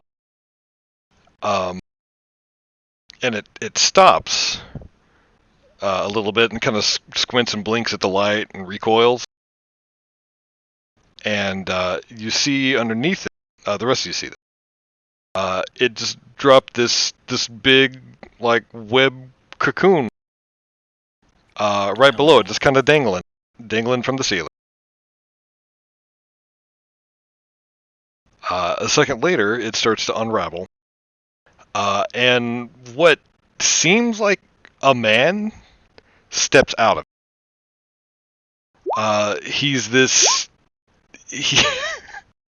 So he's this just weird, like ruddy skinned guy, completely naked. He's got like the skullet. Like if you've seen Kung Fu Hustle, it's like the beast kind of thing. Like it's like he's completely bald on top, but like he's got like this long gangly hair kind of going around it. It's got this big like pot belly that's just kind of hanging down, got the little pooch going. And he kind of looks up at you, puts some big wide rim glasses on, and says, "Ah, what are you doing here? I swear, you went through my door, you knocked in the door. Why are you here?" Oh, goodness, I wasn't expecting anyone to speak. Who are you? I'm Who are you? What do you mean who I am? I'm Bones. We're... Ha, Oh, my Bone? goodness. Well, you're gonna be Bone.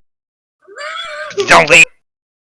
Oh, well, listen, the roaches in this cave have been attacking our camp. We just came to try to smooth things out. Make good neighbors, you know?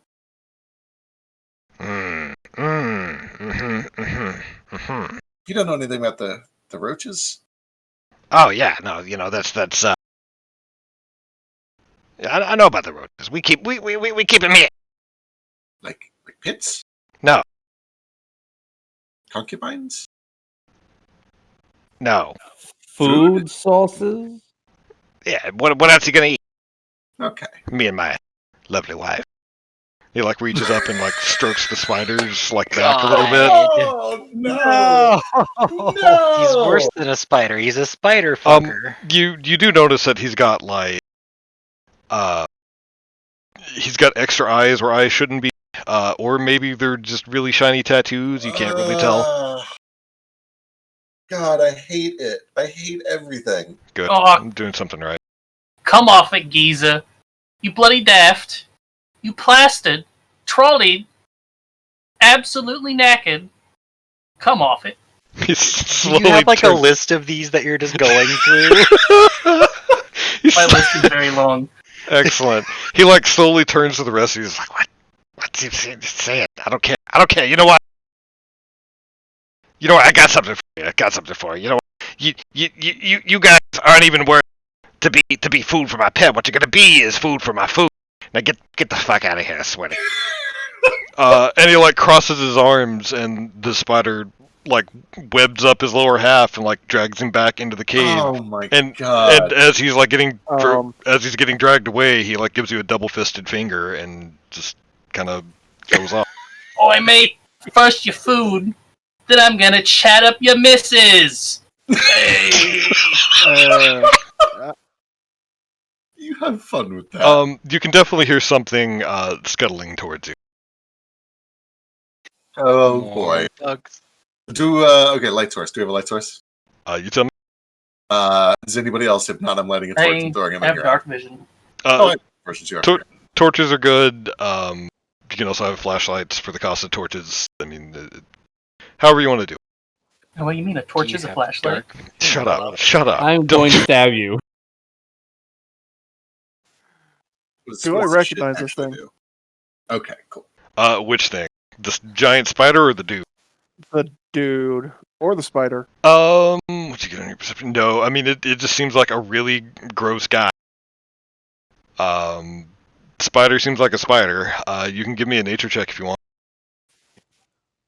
Okay. Would the potential to persuade to emoliate this personage prevail? Don't know if I want to find out what this is about to reveal. Sorry, go Oh no, seems like a big old spider. Big old eye. Recognize the fashion as something that would have been worn by an Arc 1 crew member. Ooh. If there was even enough fashion visible under all that. He was totally naked. Oh, right. You said that. Yeah. Okay, sorry, just kidding. It was basically the worst thing that you've seen in a while, though. Yeah, probably. That does not sound great.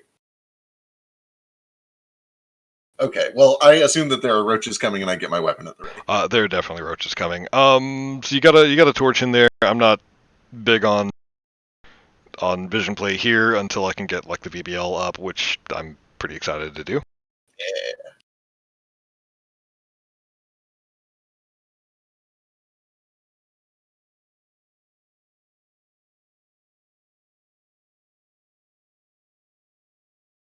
Let me go to my secret DM land where I keep. Do you do that? Am I the only one that does that? That has like a secret map that. Oh, yeah. Okay. Just has all the tokens already ready? Yeah, it just has all the tokens and they're just Fuck hanging yeah. out. Well, I'd normally just have it on the GM layer of the map where they're going to be. Oh, well, that's probably a lot smarter. Yeah, like I would already have 8 spiders like on this map and visible. Oh, 8. Or That's a weird number to say. do you have 8? You Yeah, but they're not spiders. Okay. can also just not reveal some segments and just hide them in the darkness. It's enough so that if look. each one of my players stuns one of them, they still get a couple of actions. Because everyone in fucking Crosswinds can stun. Not everyone, it's just 2 of them, and Vasu hits things multiple times and murders them in 1 hit, and Ace murders them in 1 hit. I saw that. I did see that 5-foot shuffle. Yeah. Who was that? I didn't see who it was. Oh, there it is. Not that it really probably matters. No. a Why ton. is this one not centered in a box? It's bothering me. I'm trying. Thank you. Also, don't forget to top your health off if you haven't already. Yeah, heal up. I think everyone has. I just can't tell for sure on layer. And Nope, not Roderick. yet. By the way, how hard will it be to chat up his misses after we're done?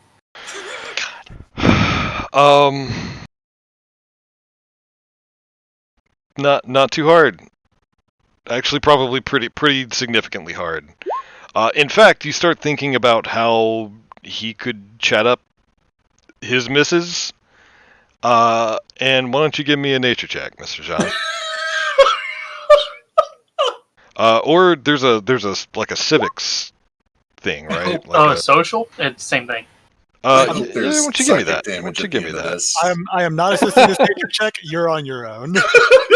Yeah, give me that social. There you go. Social is the exact same as nature, so. Okay, so it's the same thing. All right.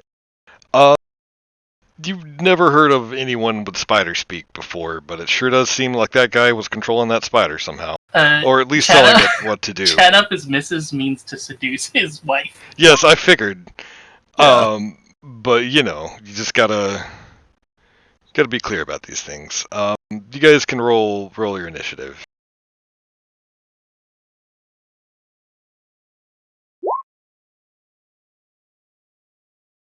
There is a way to make YouTube music loop, and I forget what that is. Right Right click. What? Right click loop. Okay. That reminds me, I should probably change off this forest and into a spider cave. Cockroach cave. Yeah, that too. Oh, hey, look. I meant to say cockroach faster, but my tongue got stuck to the top of my mouth. Oh, I don't like this. No, God. It's this one, right? Yeah. See, I got some cool rocket music for you. Wait, did the green one explode last time? Yes. Okay. Just play Shadowbringers mini boss. I mean, this track Null just linked sounds very Final Fantasy anyway. Exactly. Also, it seems like a great way to get DMCA'd. I was going to say, we can play it. He can't play it. Oh, wait, no, he can't. It's no copyright. I am, in Final fact, Fantasy, he currently can't play. playing it.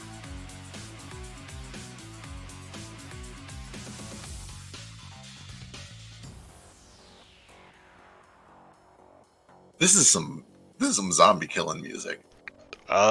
What are roaches but bug zombies, right? You're not wrong, actually. I mean, considering they there can live for days to weeks without their head. Yeah.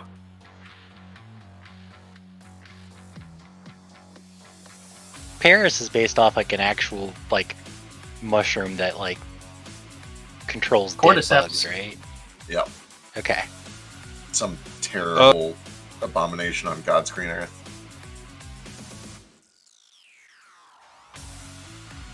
Thank you for knowing what I meant when I said Paris, because I forgot that Paris is a place and not just a Pokemon.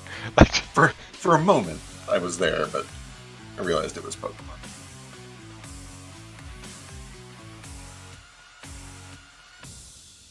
All right. Starting off is Glean. 28.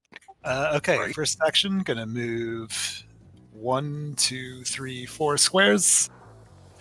And then use the good old trusty spell that I'm trying to find in my spellbook, Flame Sphere. On the here's one your- due north of me. It's just Okay. 30 feet away. And as you, as this guy double fist fingers and rolls out, he seals up the little entrance of the cave, like as he goes behind him with those big sticky web. Does he skeet him out? It's you don't understand where it came from. Like legitimately, it seemed to come like from the sides of the walls, where there were no spiders that you could see. Ooh, I I'll take will ask then, based on that description. I have recognized spell. Did it look like a spell? It specifically did not look like a spell. Okay, cool. Good question though. I didn't distribute them earlier, so I assume Glenn is just holding all his potions. You can retro distribute them. I'm fine with that. Okay, everyone has a potion. Cool. All right. So he's on fire. What? I know you can't see their bars, but whatever. Anyway, that's my turn. Okay, doke. Jan.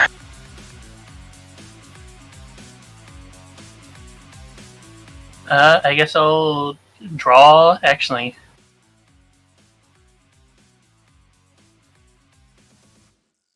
Wouldn't matter because I can't throw him that far anyways. I guess I will delay.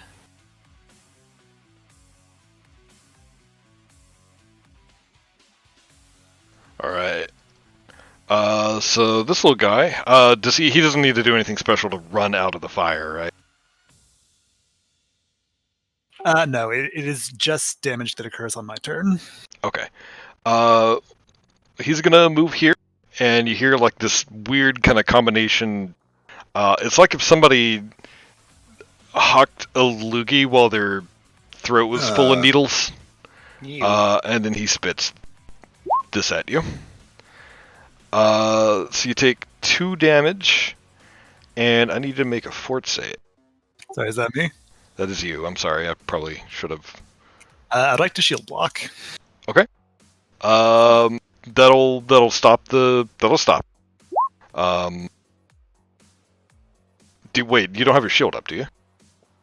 Shield block is a reaction. Shield up raises my AC. I think you've got to have. That was Do you my have- understanding too. yeah. Is you can only shield react if Oh, you use the shield block action. I may have been. Or the- Let me double check that. If that's the case, I've been doing that wrong. It's okay. We're learning. I was gonna say, I could be very wrong. I'm new to the system, but that was my understanding too. Is you have to use the action in order to use the reaction. Yeah, no, you're totally right. I have been doing that wrong the entire time. I cannot shield block. Okay. Well, we're not going to go back and deal damage. So, but you do take 2 damage and need to make fort save.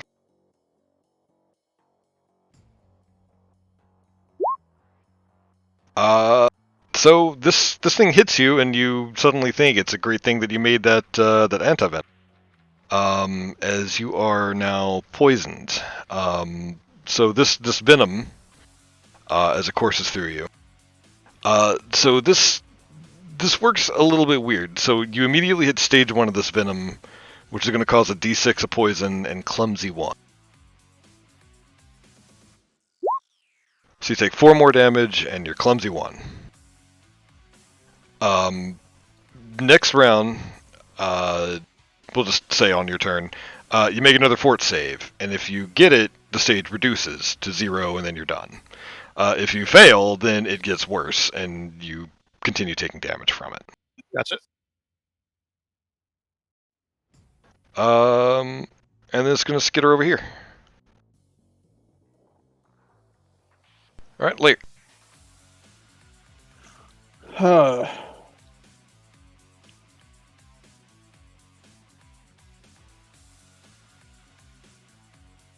Okay, so action number 1. I am going to guidance Mead since he's right there.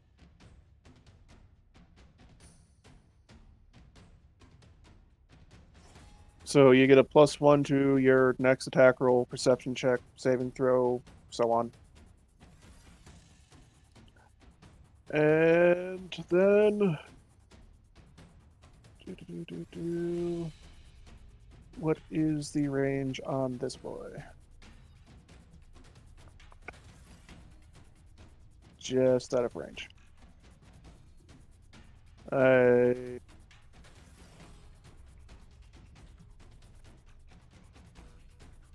am going to step around here.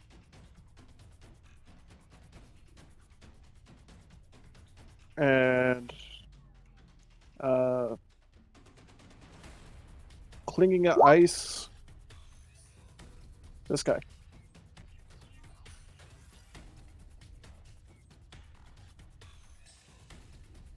Okay, which one? This green one here.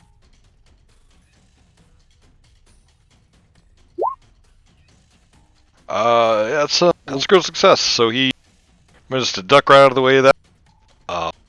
You freeze a little bit of the webbing behind him, but that's all we got. Alright, this little fella's going to zip up right here and attack Leert. So that's 1, and then a little chompy. What's your AC? My AC is 18. Okay, you barely managed to shove this guy away. You kind of stumble a little bit behind the rock wall, but you managed not to get bitten by a cockroach. Mead, you're up. Okay, I'm gonna use all 3 of my actions on this to yeah.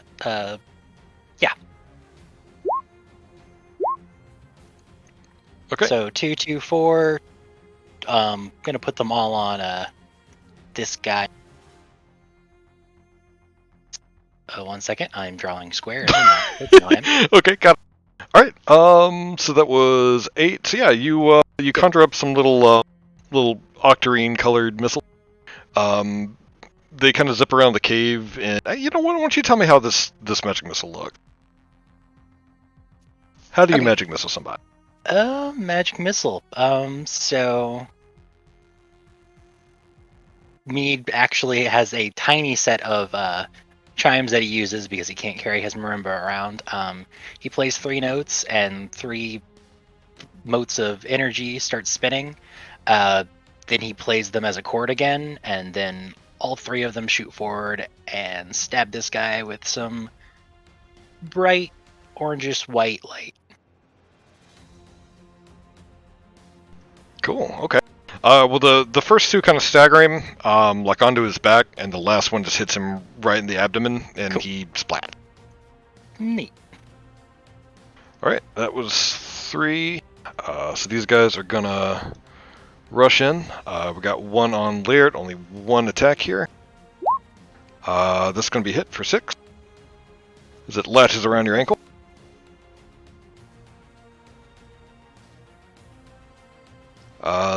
Jan, you're getting a little chompy chomp. Miss. Miss. Turns out roaches aren't too mobile. Bones, Alright, Bones thinks that fire is the appropriate solution here. He's going to use his first action to load some alchemist fire into his alchemical rifle. And then he's going to use the second and third actions to fire that rifle. The first one's going to be over here. I do get flat-footed because I went before initiative. So here we go.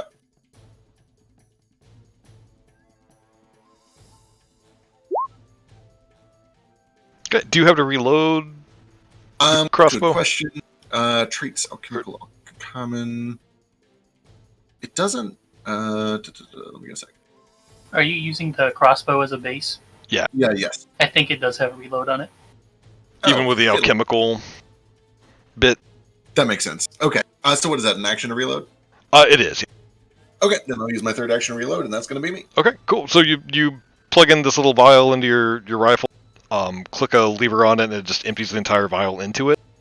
Your first shot is just a streak of fire that splatters against the wall back here. You load it like a... Shit, what's the kind of gun? And I know there's going to be 30 people in chat that's going to tell me what it is. But like it's like the old-timey shotguns. Like you load it at like a lever action is what I'm looking for. Blunderbuss. No, it's like the barrel load, double shotgun. Like Break action. barrel. break action. That's what I'm going for. Like you gotta open it up and then reload it. Yeah. Okay. Yeah, Sick. okay, that is the break action. Yeah. Hell yeah. Conveniently, 2 shots still left on this thing, so this thing is probably dripping fire out the Yeah. All right. This little dude is gonna skitter to here, and we're gonna get a shot off at Bones. Patui. Miss. Ah! Oh, well, miss. All right. So you get 2 needles in the butt of your gun, and it's just oozing this neon green shit. Okay. I realize I should probably mark these for Dub. Yep, good call.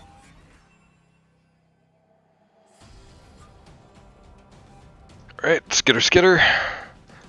Needs another action to get to here, and is going to try to bite on Bones as well.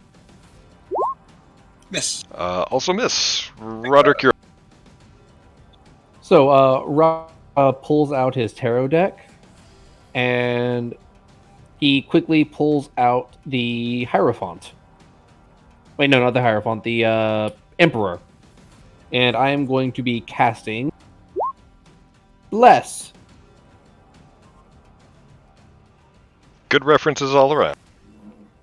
So how this effectively works is if you're within 5 foot of me, you get a +1 status bonus to attack rolls.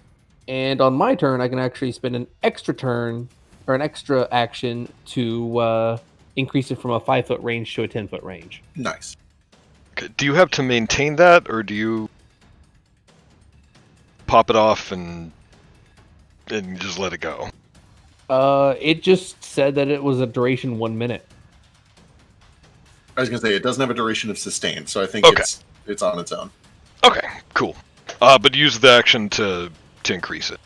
Right. Does Roll20 have an aura option? It does. It's on the token if you hit the gear. Yep. 5-foot aura, and you will need to make it visible to the rest of us. Which I think I had you do when we set up all these tokens, so it should be like that, but we'll find out. If not, you'll have to do it every time we put an aura on somebody. But I can fix that between sessions. There we go. Okay. That's a pretty sick way to do Bless, not gonna lie. I'm into it. Alright. And those are all of my actions. Okay. Beds. Objection. I Yeah. would like to put my turn in the thing here. Go for it. So, movement 1, I'll do like that. I like the objection, by the way. You gotta jump in there. So, with delay stuff, I absolutely refuse to ask people if they're gonna take their turn. If you just let it go all the way around, then you just missed your chance. So that is absolutely perfect. Go for it. I'll use my first move to go to there. Because even if it had an AOO, it wouldn't now because mobility. And then I'll use another move to go like this. And then do an attack.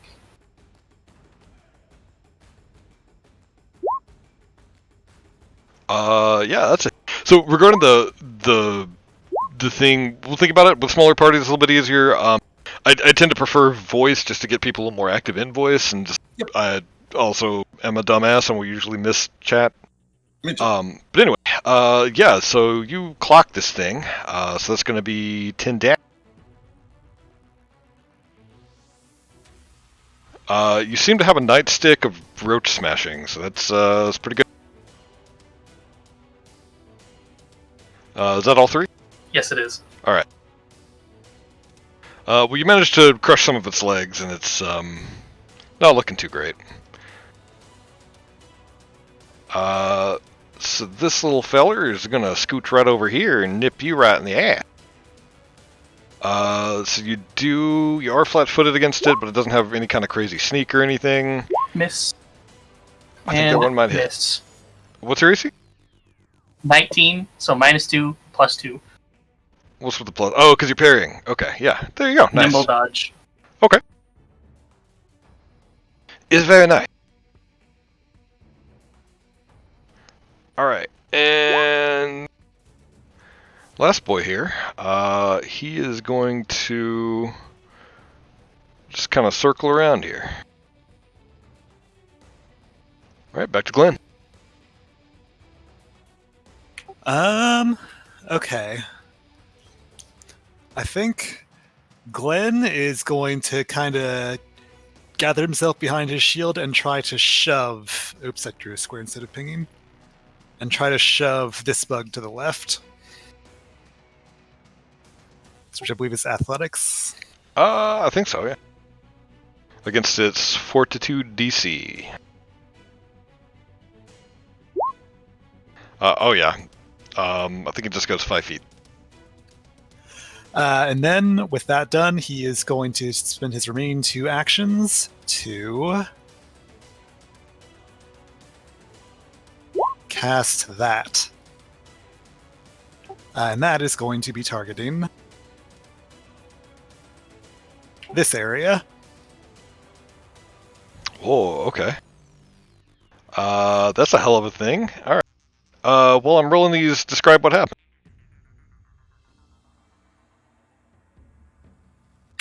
Okay, so Glenn sort of charges forward, shoving one of the cockroaches back into the horde, and then just sort of raises an arm to the sky, and the stone beneath them seems to almost boil, but in a blackened, kind of sickly sort of way.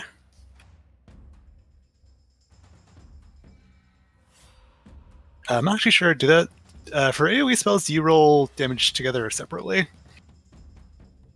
I don't know what the rules as written is. I would prefer it separately. Personally. So, top guy and middle guy failed. The second one succeeded. So go ahead and roll for green boy.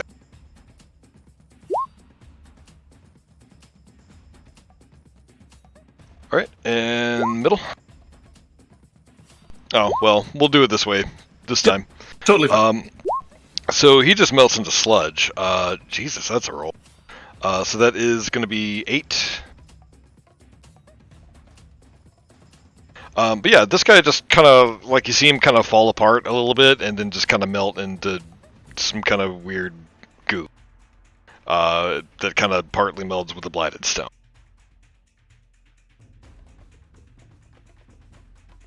Oh shit, I deleted Glenn. Oh shit. That's fine, I can just grab the token back. Okay, there we go. We're good. Right, let me try that again. I think we're good. How do I select the square and get rid of it? I'll token drag over it. Yeah, Roll20's drawing tools are awful. Highlight everything, drag it over here, delete what you... I got it. Yeah. Yeah, there there we do it.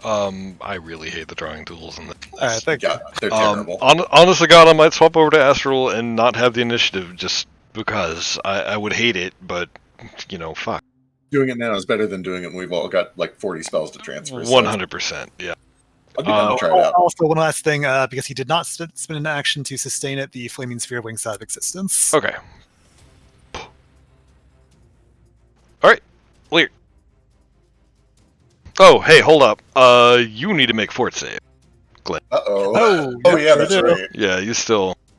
Also, there's still a little purple square there I can't delete. Yeah. He's Okay, fine. yeah, you're good. So you shake it off. you kind of feel the venom course through you for a little bit, but you're totally fine. So that drops it from stage 1 to stage 0, which means you get over. Venoms, poison, and such, they also have a maximum duration. Once you hit that maximum duration, no matter where you're at, you get over. But yeah, anyway. Okay. Surrounded by these assholes, but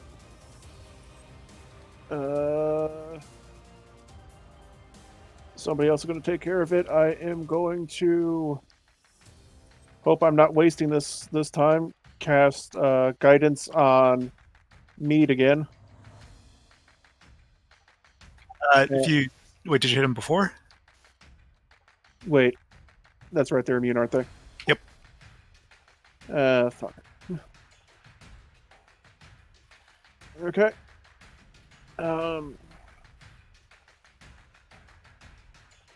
Gonna 5-foot step. Okay.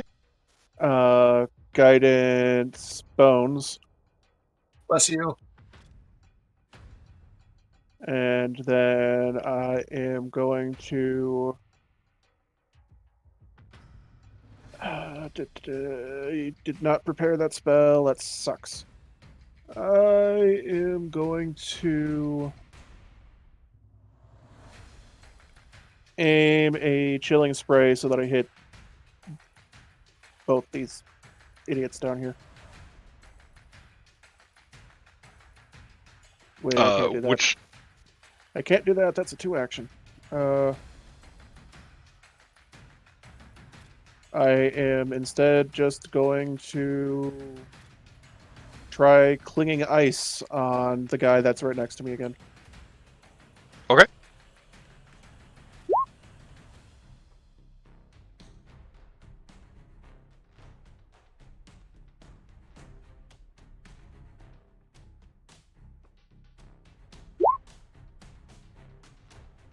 Just makes it. Yeah, he still takes. So he takes 1 whole damage. Yeah. And freaks out.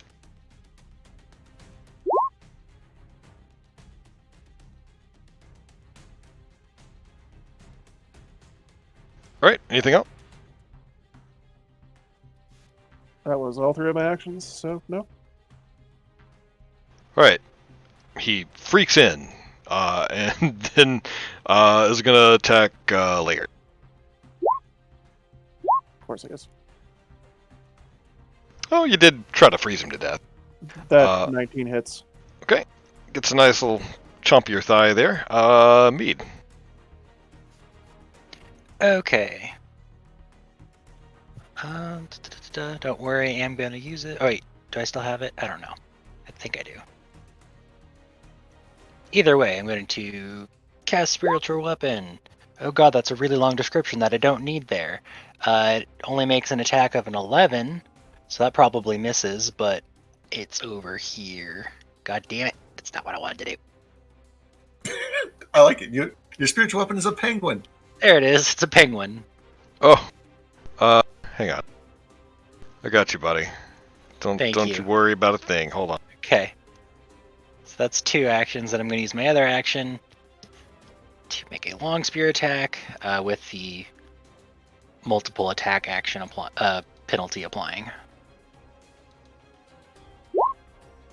Not that it matters, because I still got a 22 on this one. Oh man, I can't have a copyrighted printy. It's not actually a penguin. I mean, Oh, it could okay. be to be funny, but it doesn't really fit what I'm going for. Yes, legit. So what's the spiritual weapon? I think we've seen it once. Maybe that was on the one shot. That was on the one shot, so it was a different character. For now, let's stick with the Ganymede theme and have it be a big golden chalice that bashes him over the head. That's pretty good. I like that. Let me see if I can just grab something out of somewhere. Also, I didn't realize how gay Ganymede was until I was like researching him the other day, and like, yeah, There's a lot of weird gay stuff with Ganymede. Not like my character, but like the mythology person. Probably also my character. I sort of assumed that was the point. No, it wasn't. I had no connection to it, and then I'm like, oh, whoops, everyone thinks I'm just being a horny gay now. My bad. What part of mythology is not horny, though? Yeah, that's fair. And what part of mythology doesn't fuck Zeus? That too. Although Here, Zeus you is can apparently an eagle and carried him away, and have this.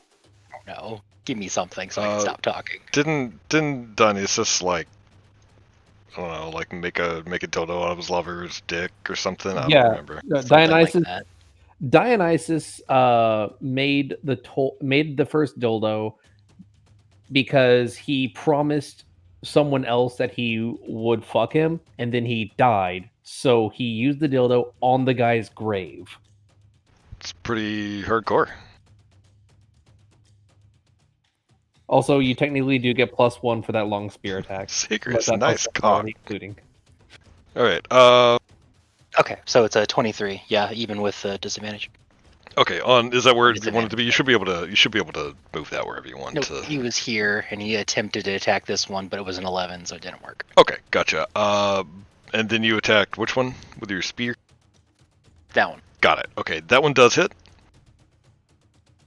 I just jab it right through, skewer it, still wiggling around, still alive. Shake it off my spear because it's gross. Well, its buddies are going to come in and nip you. So 1 action to move, 2 to nip, 3.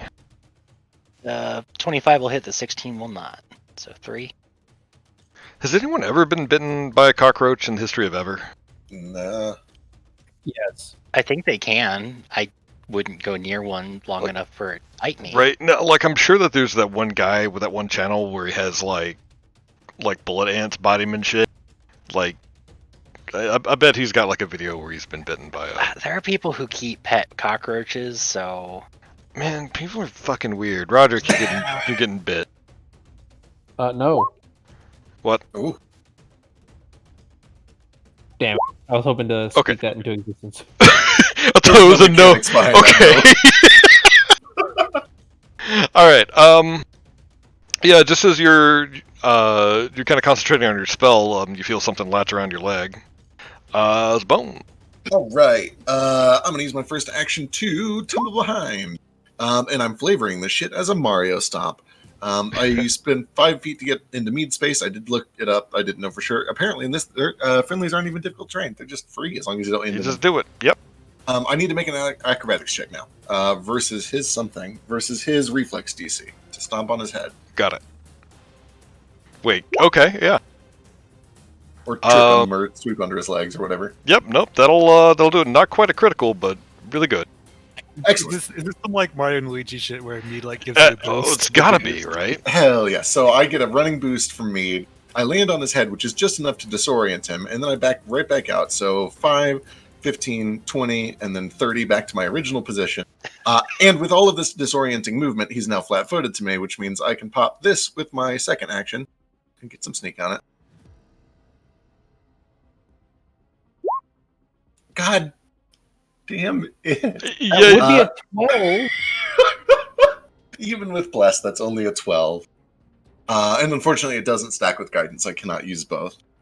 And I'll use my third action to reload. That's the second shot wasted. Okay, but that was cool as shit, though, right? Like it was cool in my head. No, it was really good. It was just it's a move you gotta practice a little more. It is. All right, that's me. All right. Well, you're also getting shot. Bring it gently. Does that hit? That hits. Okay, give me a fort save. 18. I will pop the guidance on that. Okay. All right, you are good. But you got another one coming to you, Miss. and a third one. Miss. Okay. Well, one does manage to catch you right across the arm. You manage to rip it out just quick enough before it starts injecting venom into you. Cool. 2 points. All right, Roger. You have a friend. I don't like this friend, but I've considered my actions, and they're not good actions. So, first, I am going to spend my action to increase the range from 5 foot to 10 foot. Give my comrades some breathing room. Then, Roderick's going to briefly shuffle his tarot deck again, and out will pop the. Let me make sure I have the right one. Out will pop Justice, and he will pass it to. He'll kind of like card toss it to Bones. Bless you. And I am casting Magic Weapon on his weapon. Oh, fucking sick. What does this do? It's really good. Makes it a Just +1, right? No. It's a +1 striking. +1 striking? Whoa. Okay, fucking awesome. Thank you. Yeah, it's pretty incredible. It's really gonna hurt the back wall. It sure is. For the record, I'm trained in this shit. I'm not like pulling out some dumb toy that I'm not trained in. I'm trained in this rifle. Okay, well, I mean, sorry, honestly, if you like, you're probably more trained to shoot like targets and dudes, not cockroaches. Accurate. Unlike your shots, John, you're up. Stride 1, 2, and then I'll hit this roach.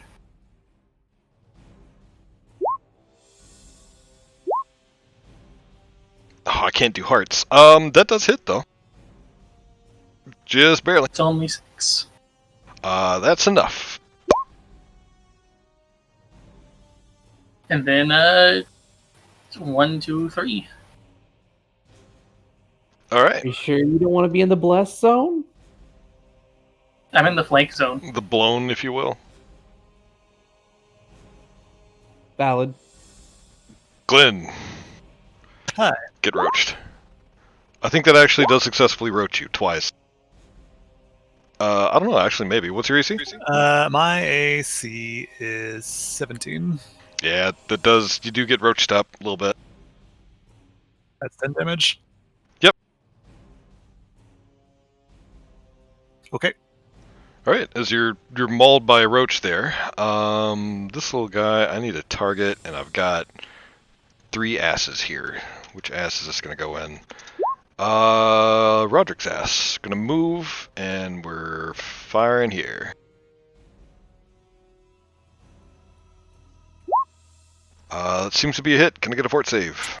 That is a hit. Second one misses though. Yeah, you're good. Okay. I do need to indicate that now that I got hit, this version of boosting my bless has the concentrate trait. I don't quite remember what that means though for being hit. I think if you're, are you sustaining it now? No, just concentrate. Let's go look. So I think certain things disrupt it. Yeah. I'm double checking to be sure. My understanding is there's no like built-in concentration checks. It just means that you cannot do more than one thing that requires concentrate at a time. Oh, okay. And now that you've made this a concentrate spell, now it is a concentration spell in addition to having a duration. So I'll keep you looking have to keep it up. Yeah, I would have Sustain a to. spell? It doesn't even have sustain. It just means that if you do anything else with the concentrate tag, then the spell would end. Okay, gotcha. So specifically, disruption, like stuff has to have the disrupting tag. For instance, Samo's attack of opportunity is disrupt. There are several disrupting abilities. Just taking damage isn't one of those. Perfect. So yeah, that being said, if you if you start casting a spell with 3 actions and the first action gets disrupted, you lose all 3. So it's a little rough, but in this case, you're good. Gotcha. So Glenn. So that was just 4 damage? Yep, just 4 damage. Glenn is going to wild shape and turn into a bear. That is 2 actions. Just a normal fucking day. Okay.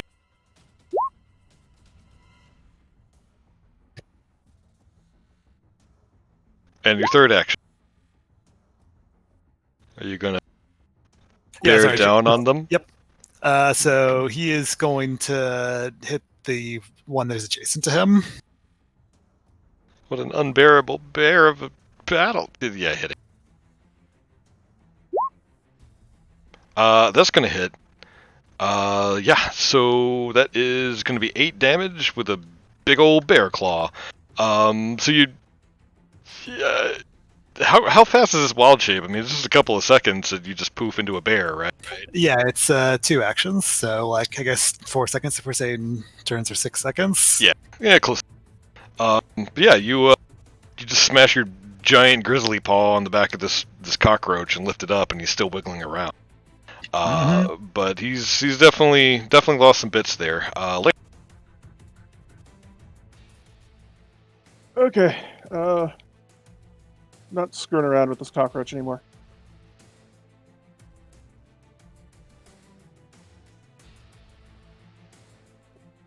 One, two, three. Here it is. Bam. Which one? The nearly dead, right? One right next to me. Okay. Yeah, that's gonna streak right through it. That is again a hell of a ray of frost there. Oh, it's 2d4. Jeez. Wait, are you heightening this? Auto heighten. Yep. Oh, do they? Holy shit! Auto heighten Yep. with your level. So Oh, that's real good. All right. Yeah, he pop. And then we are throwing a guidance on Roderick. Much obliged. More buffs. We had many buffs. All right, Mead's up.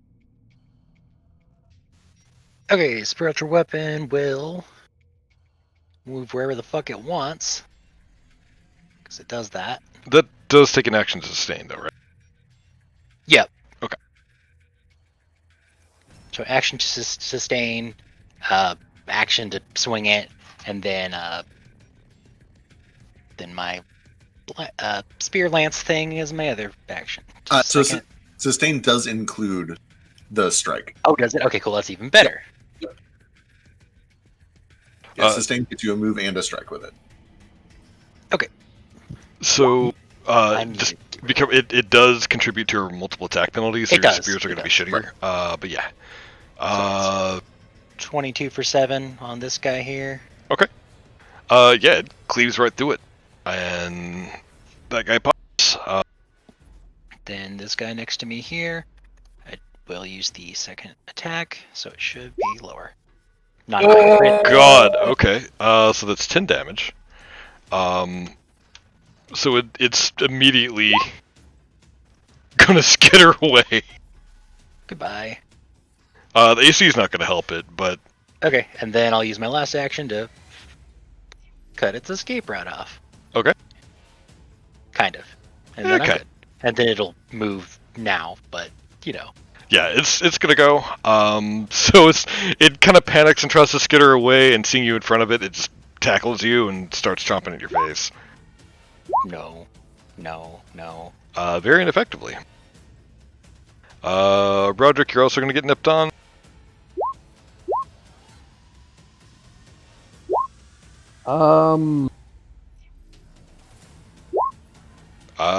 What's your AC? 17. You're good. Bones is up. Oh my god. Alright, here we go. I have to do the Mario. Somebody help me do the Mario over here. So I need an acrobatics on this red thing. 11 is not great. That is... Well, I didn't get guidance. That's just 11. Okay, so what is this? This is versus his reflex DC. This is another tumble Okay, to try to get flat-footed. yeah, that is going to be a fail. So he is not flat-footed to you. Let's see. Can I do this again? What happens if I fail? On a failed movement ends, you trigger reactions as if I had moved. That's fine. I'm going to try to do it again. So here's another tumble for my second action. There we go. That definitely works. What's your crit success effect on that? That's a good question. Let's find out. his AC becomes 1. I sure hope so. There is no crit success on it. Okay, but it is fucking rad. So It's fucking rad and it's flat-footed. Alright, here we go. There's a +1 to this still from Bless. And if it doesn't land, I retire. +1 from Bless, +1 from Magic Weapon, right? Yeah, I got that built in. Yep. Please, dear God. Okay, there we go. Hey! That is not just a hit, but it's a crit. So Magic. So that's 36 points of damage. Christ, yeah, give me a description here. What do you do with this terrible jump cannon? So I cock up the first 2 shots and I get real grumpy, but I see fire kind of trickling out of the last one. And I don't even wait till I land to fire this shot. I do the kick off of its head, and then like halfway through a sick backflip as I'm kicking off of it to my original spot, I just kind of fire a shot straight down, right into its mouth. And I like to think that I catch some weird acid, and it just kind of creates a chain reaction and blows the whole thing up. Sweet. Okay, so who did you Mario stomp off of? Like, who launched you? Presumably Roderick. He was that direction. Yeah. I like to think that the very tip of his ear is probably on fire. Okay, cool. That's all my actions. So yeah, you obliterate this cockroach. That's a pretty cool move.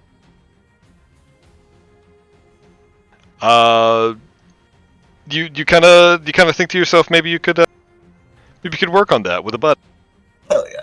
So Roderick, you're That should have been 2d8, not 1d8. I put it in at the end. That's the magic damage at the end there. Oh, I thought that was the 4 there. Okay. Oh wait, no. So it's a D8. I mean, it's dead as shit, but it's a D8 piercing. Yep. Oh, okay. I see what you mean. Yeah. Yeah. Oh, that was okay. Okay. Yeah, God, that nearly would have killed it by itself, and then you crit. So that was a big stack of damage there. Hell yeah. It's my boss slayer. Fatality. So, yeah, I'm going to spend another action to, maintain the larger circle.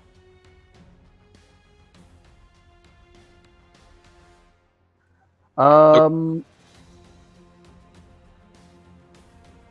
wait, that's 3 actions. Can I? You know what? Can I if I were to cast Heal for 3 actions, dispersing positive energy in a 30-foot emanation, it says it targets all living and undead creatures. So that would definitely include my enemies too, right?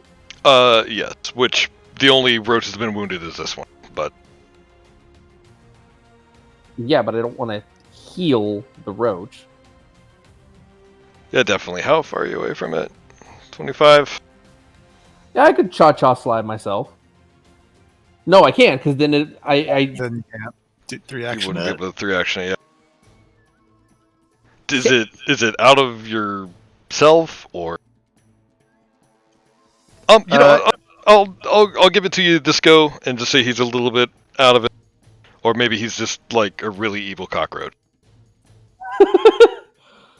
So I'll let you do it this time, just for funsies, because I want to see how I want to see everything about the system. Right. So yeah, go ahead and pull it up. So, he's going to pull out the star in order to cast this. He's going to hold it above his head, and he's going to say some stuff in a language, probably in a very arcane language. And then, I'm going to cast Heal with all 3 actions. Ooh. Is that as a first or second level spell? We're If it's your signature spell, right? So it's it is my automatically- signature spell. It's not automatically, Oh, okay, got it. but I can choose, and I will choose. So this is going to heal everyone for. Okay, heightened increases by 1d8, and the extra healing for 2 action For version. the 2 action version, which you're not doing. So it's You got a 2d8 on this boy. That kind of sucks, but oh well. Hit it.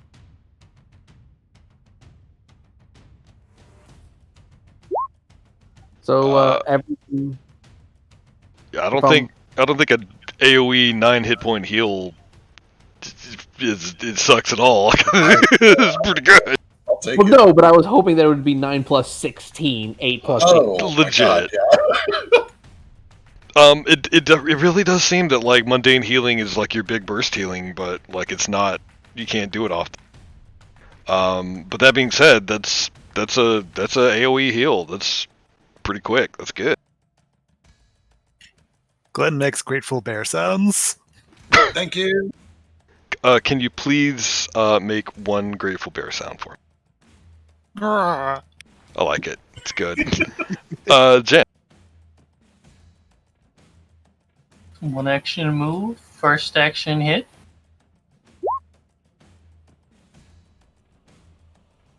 Yeah, that's definitely going to be hit. Yeah, so you club this this cockroach and it kind of flops over on its back and starts wiggling its little legs in the air for a while.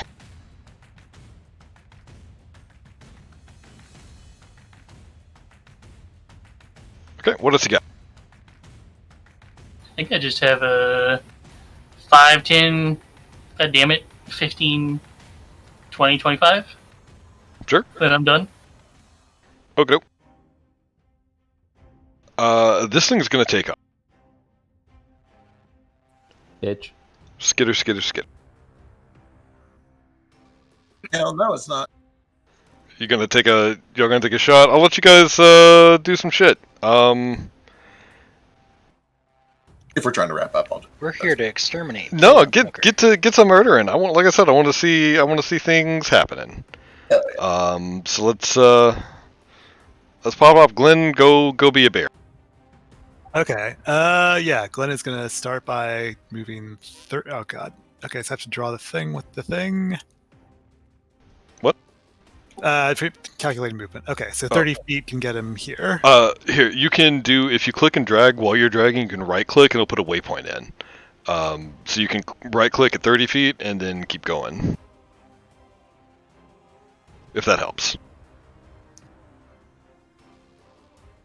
Okay, so he's going to take 2 actions to move there. He has movement in bear form. Go for it.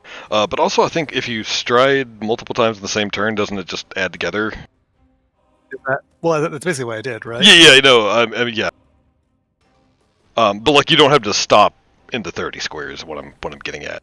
Yep. It's not relevant right now, but it will be later. And he's swinging. Ultimate bear attack. Definitely want to turn your crit damage off. But that's gonna be that's gonna be 16. So that's a big ol' bear paw. So this is a run and you take off after it and you just swat it back. Yeah, that's a big hit. Laird, do you chase down the cockroach? I don't have to chase down the cockroach. I have a 120-foot spell. Oh. Unfortunately, that does miss. But damn, that has a lot of range on it.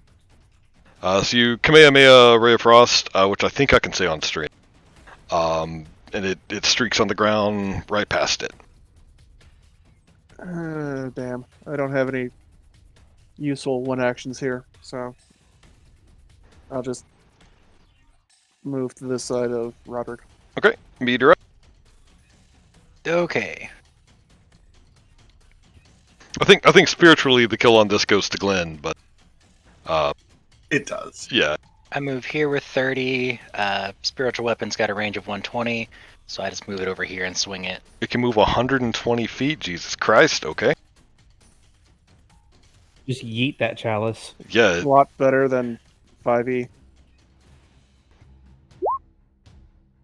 Holy shit, you're right. Any new target within range. Yep. Jeez, Range yeah. is crazy too. That's effectively Nuts. 240 feet of movement. That's within insane. play. Yeah. 28 for 11. So your chalice just like streaks across here, and just collides into this thing, which just explodes into green goop and guts. Your chalice just goes for the home run and streaks off into the sunset. Goodbye. All right, cool. That'll wrap this up. Hell yeah. So a couple of things here that I wanted to get earlier, and because I'm bad at time management, didn't. So the plan is that since you guys went this week, you guys will make the major calls to send up to Dr. Shack for Cool World. Except it's not Cool World anymore. What did you actually name it? Beacon? Beacon. Okay. I really like Cool World Revenge of Zod, but I don't think we can get away with that for long.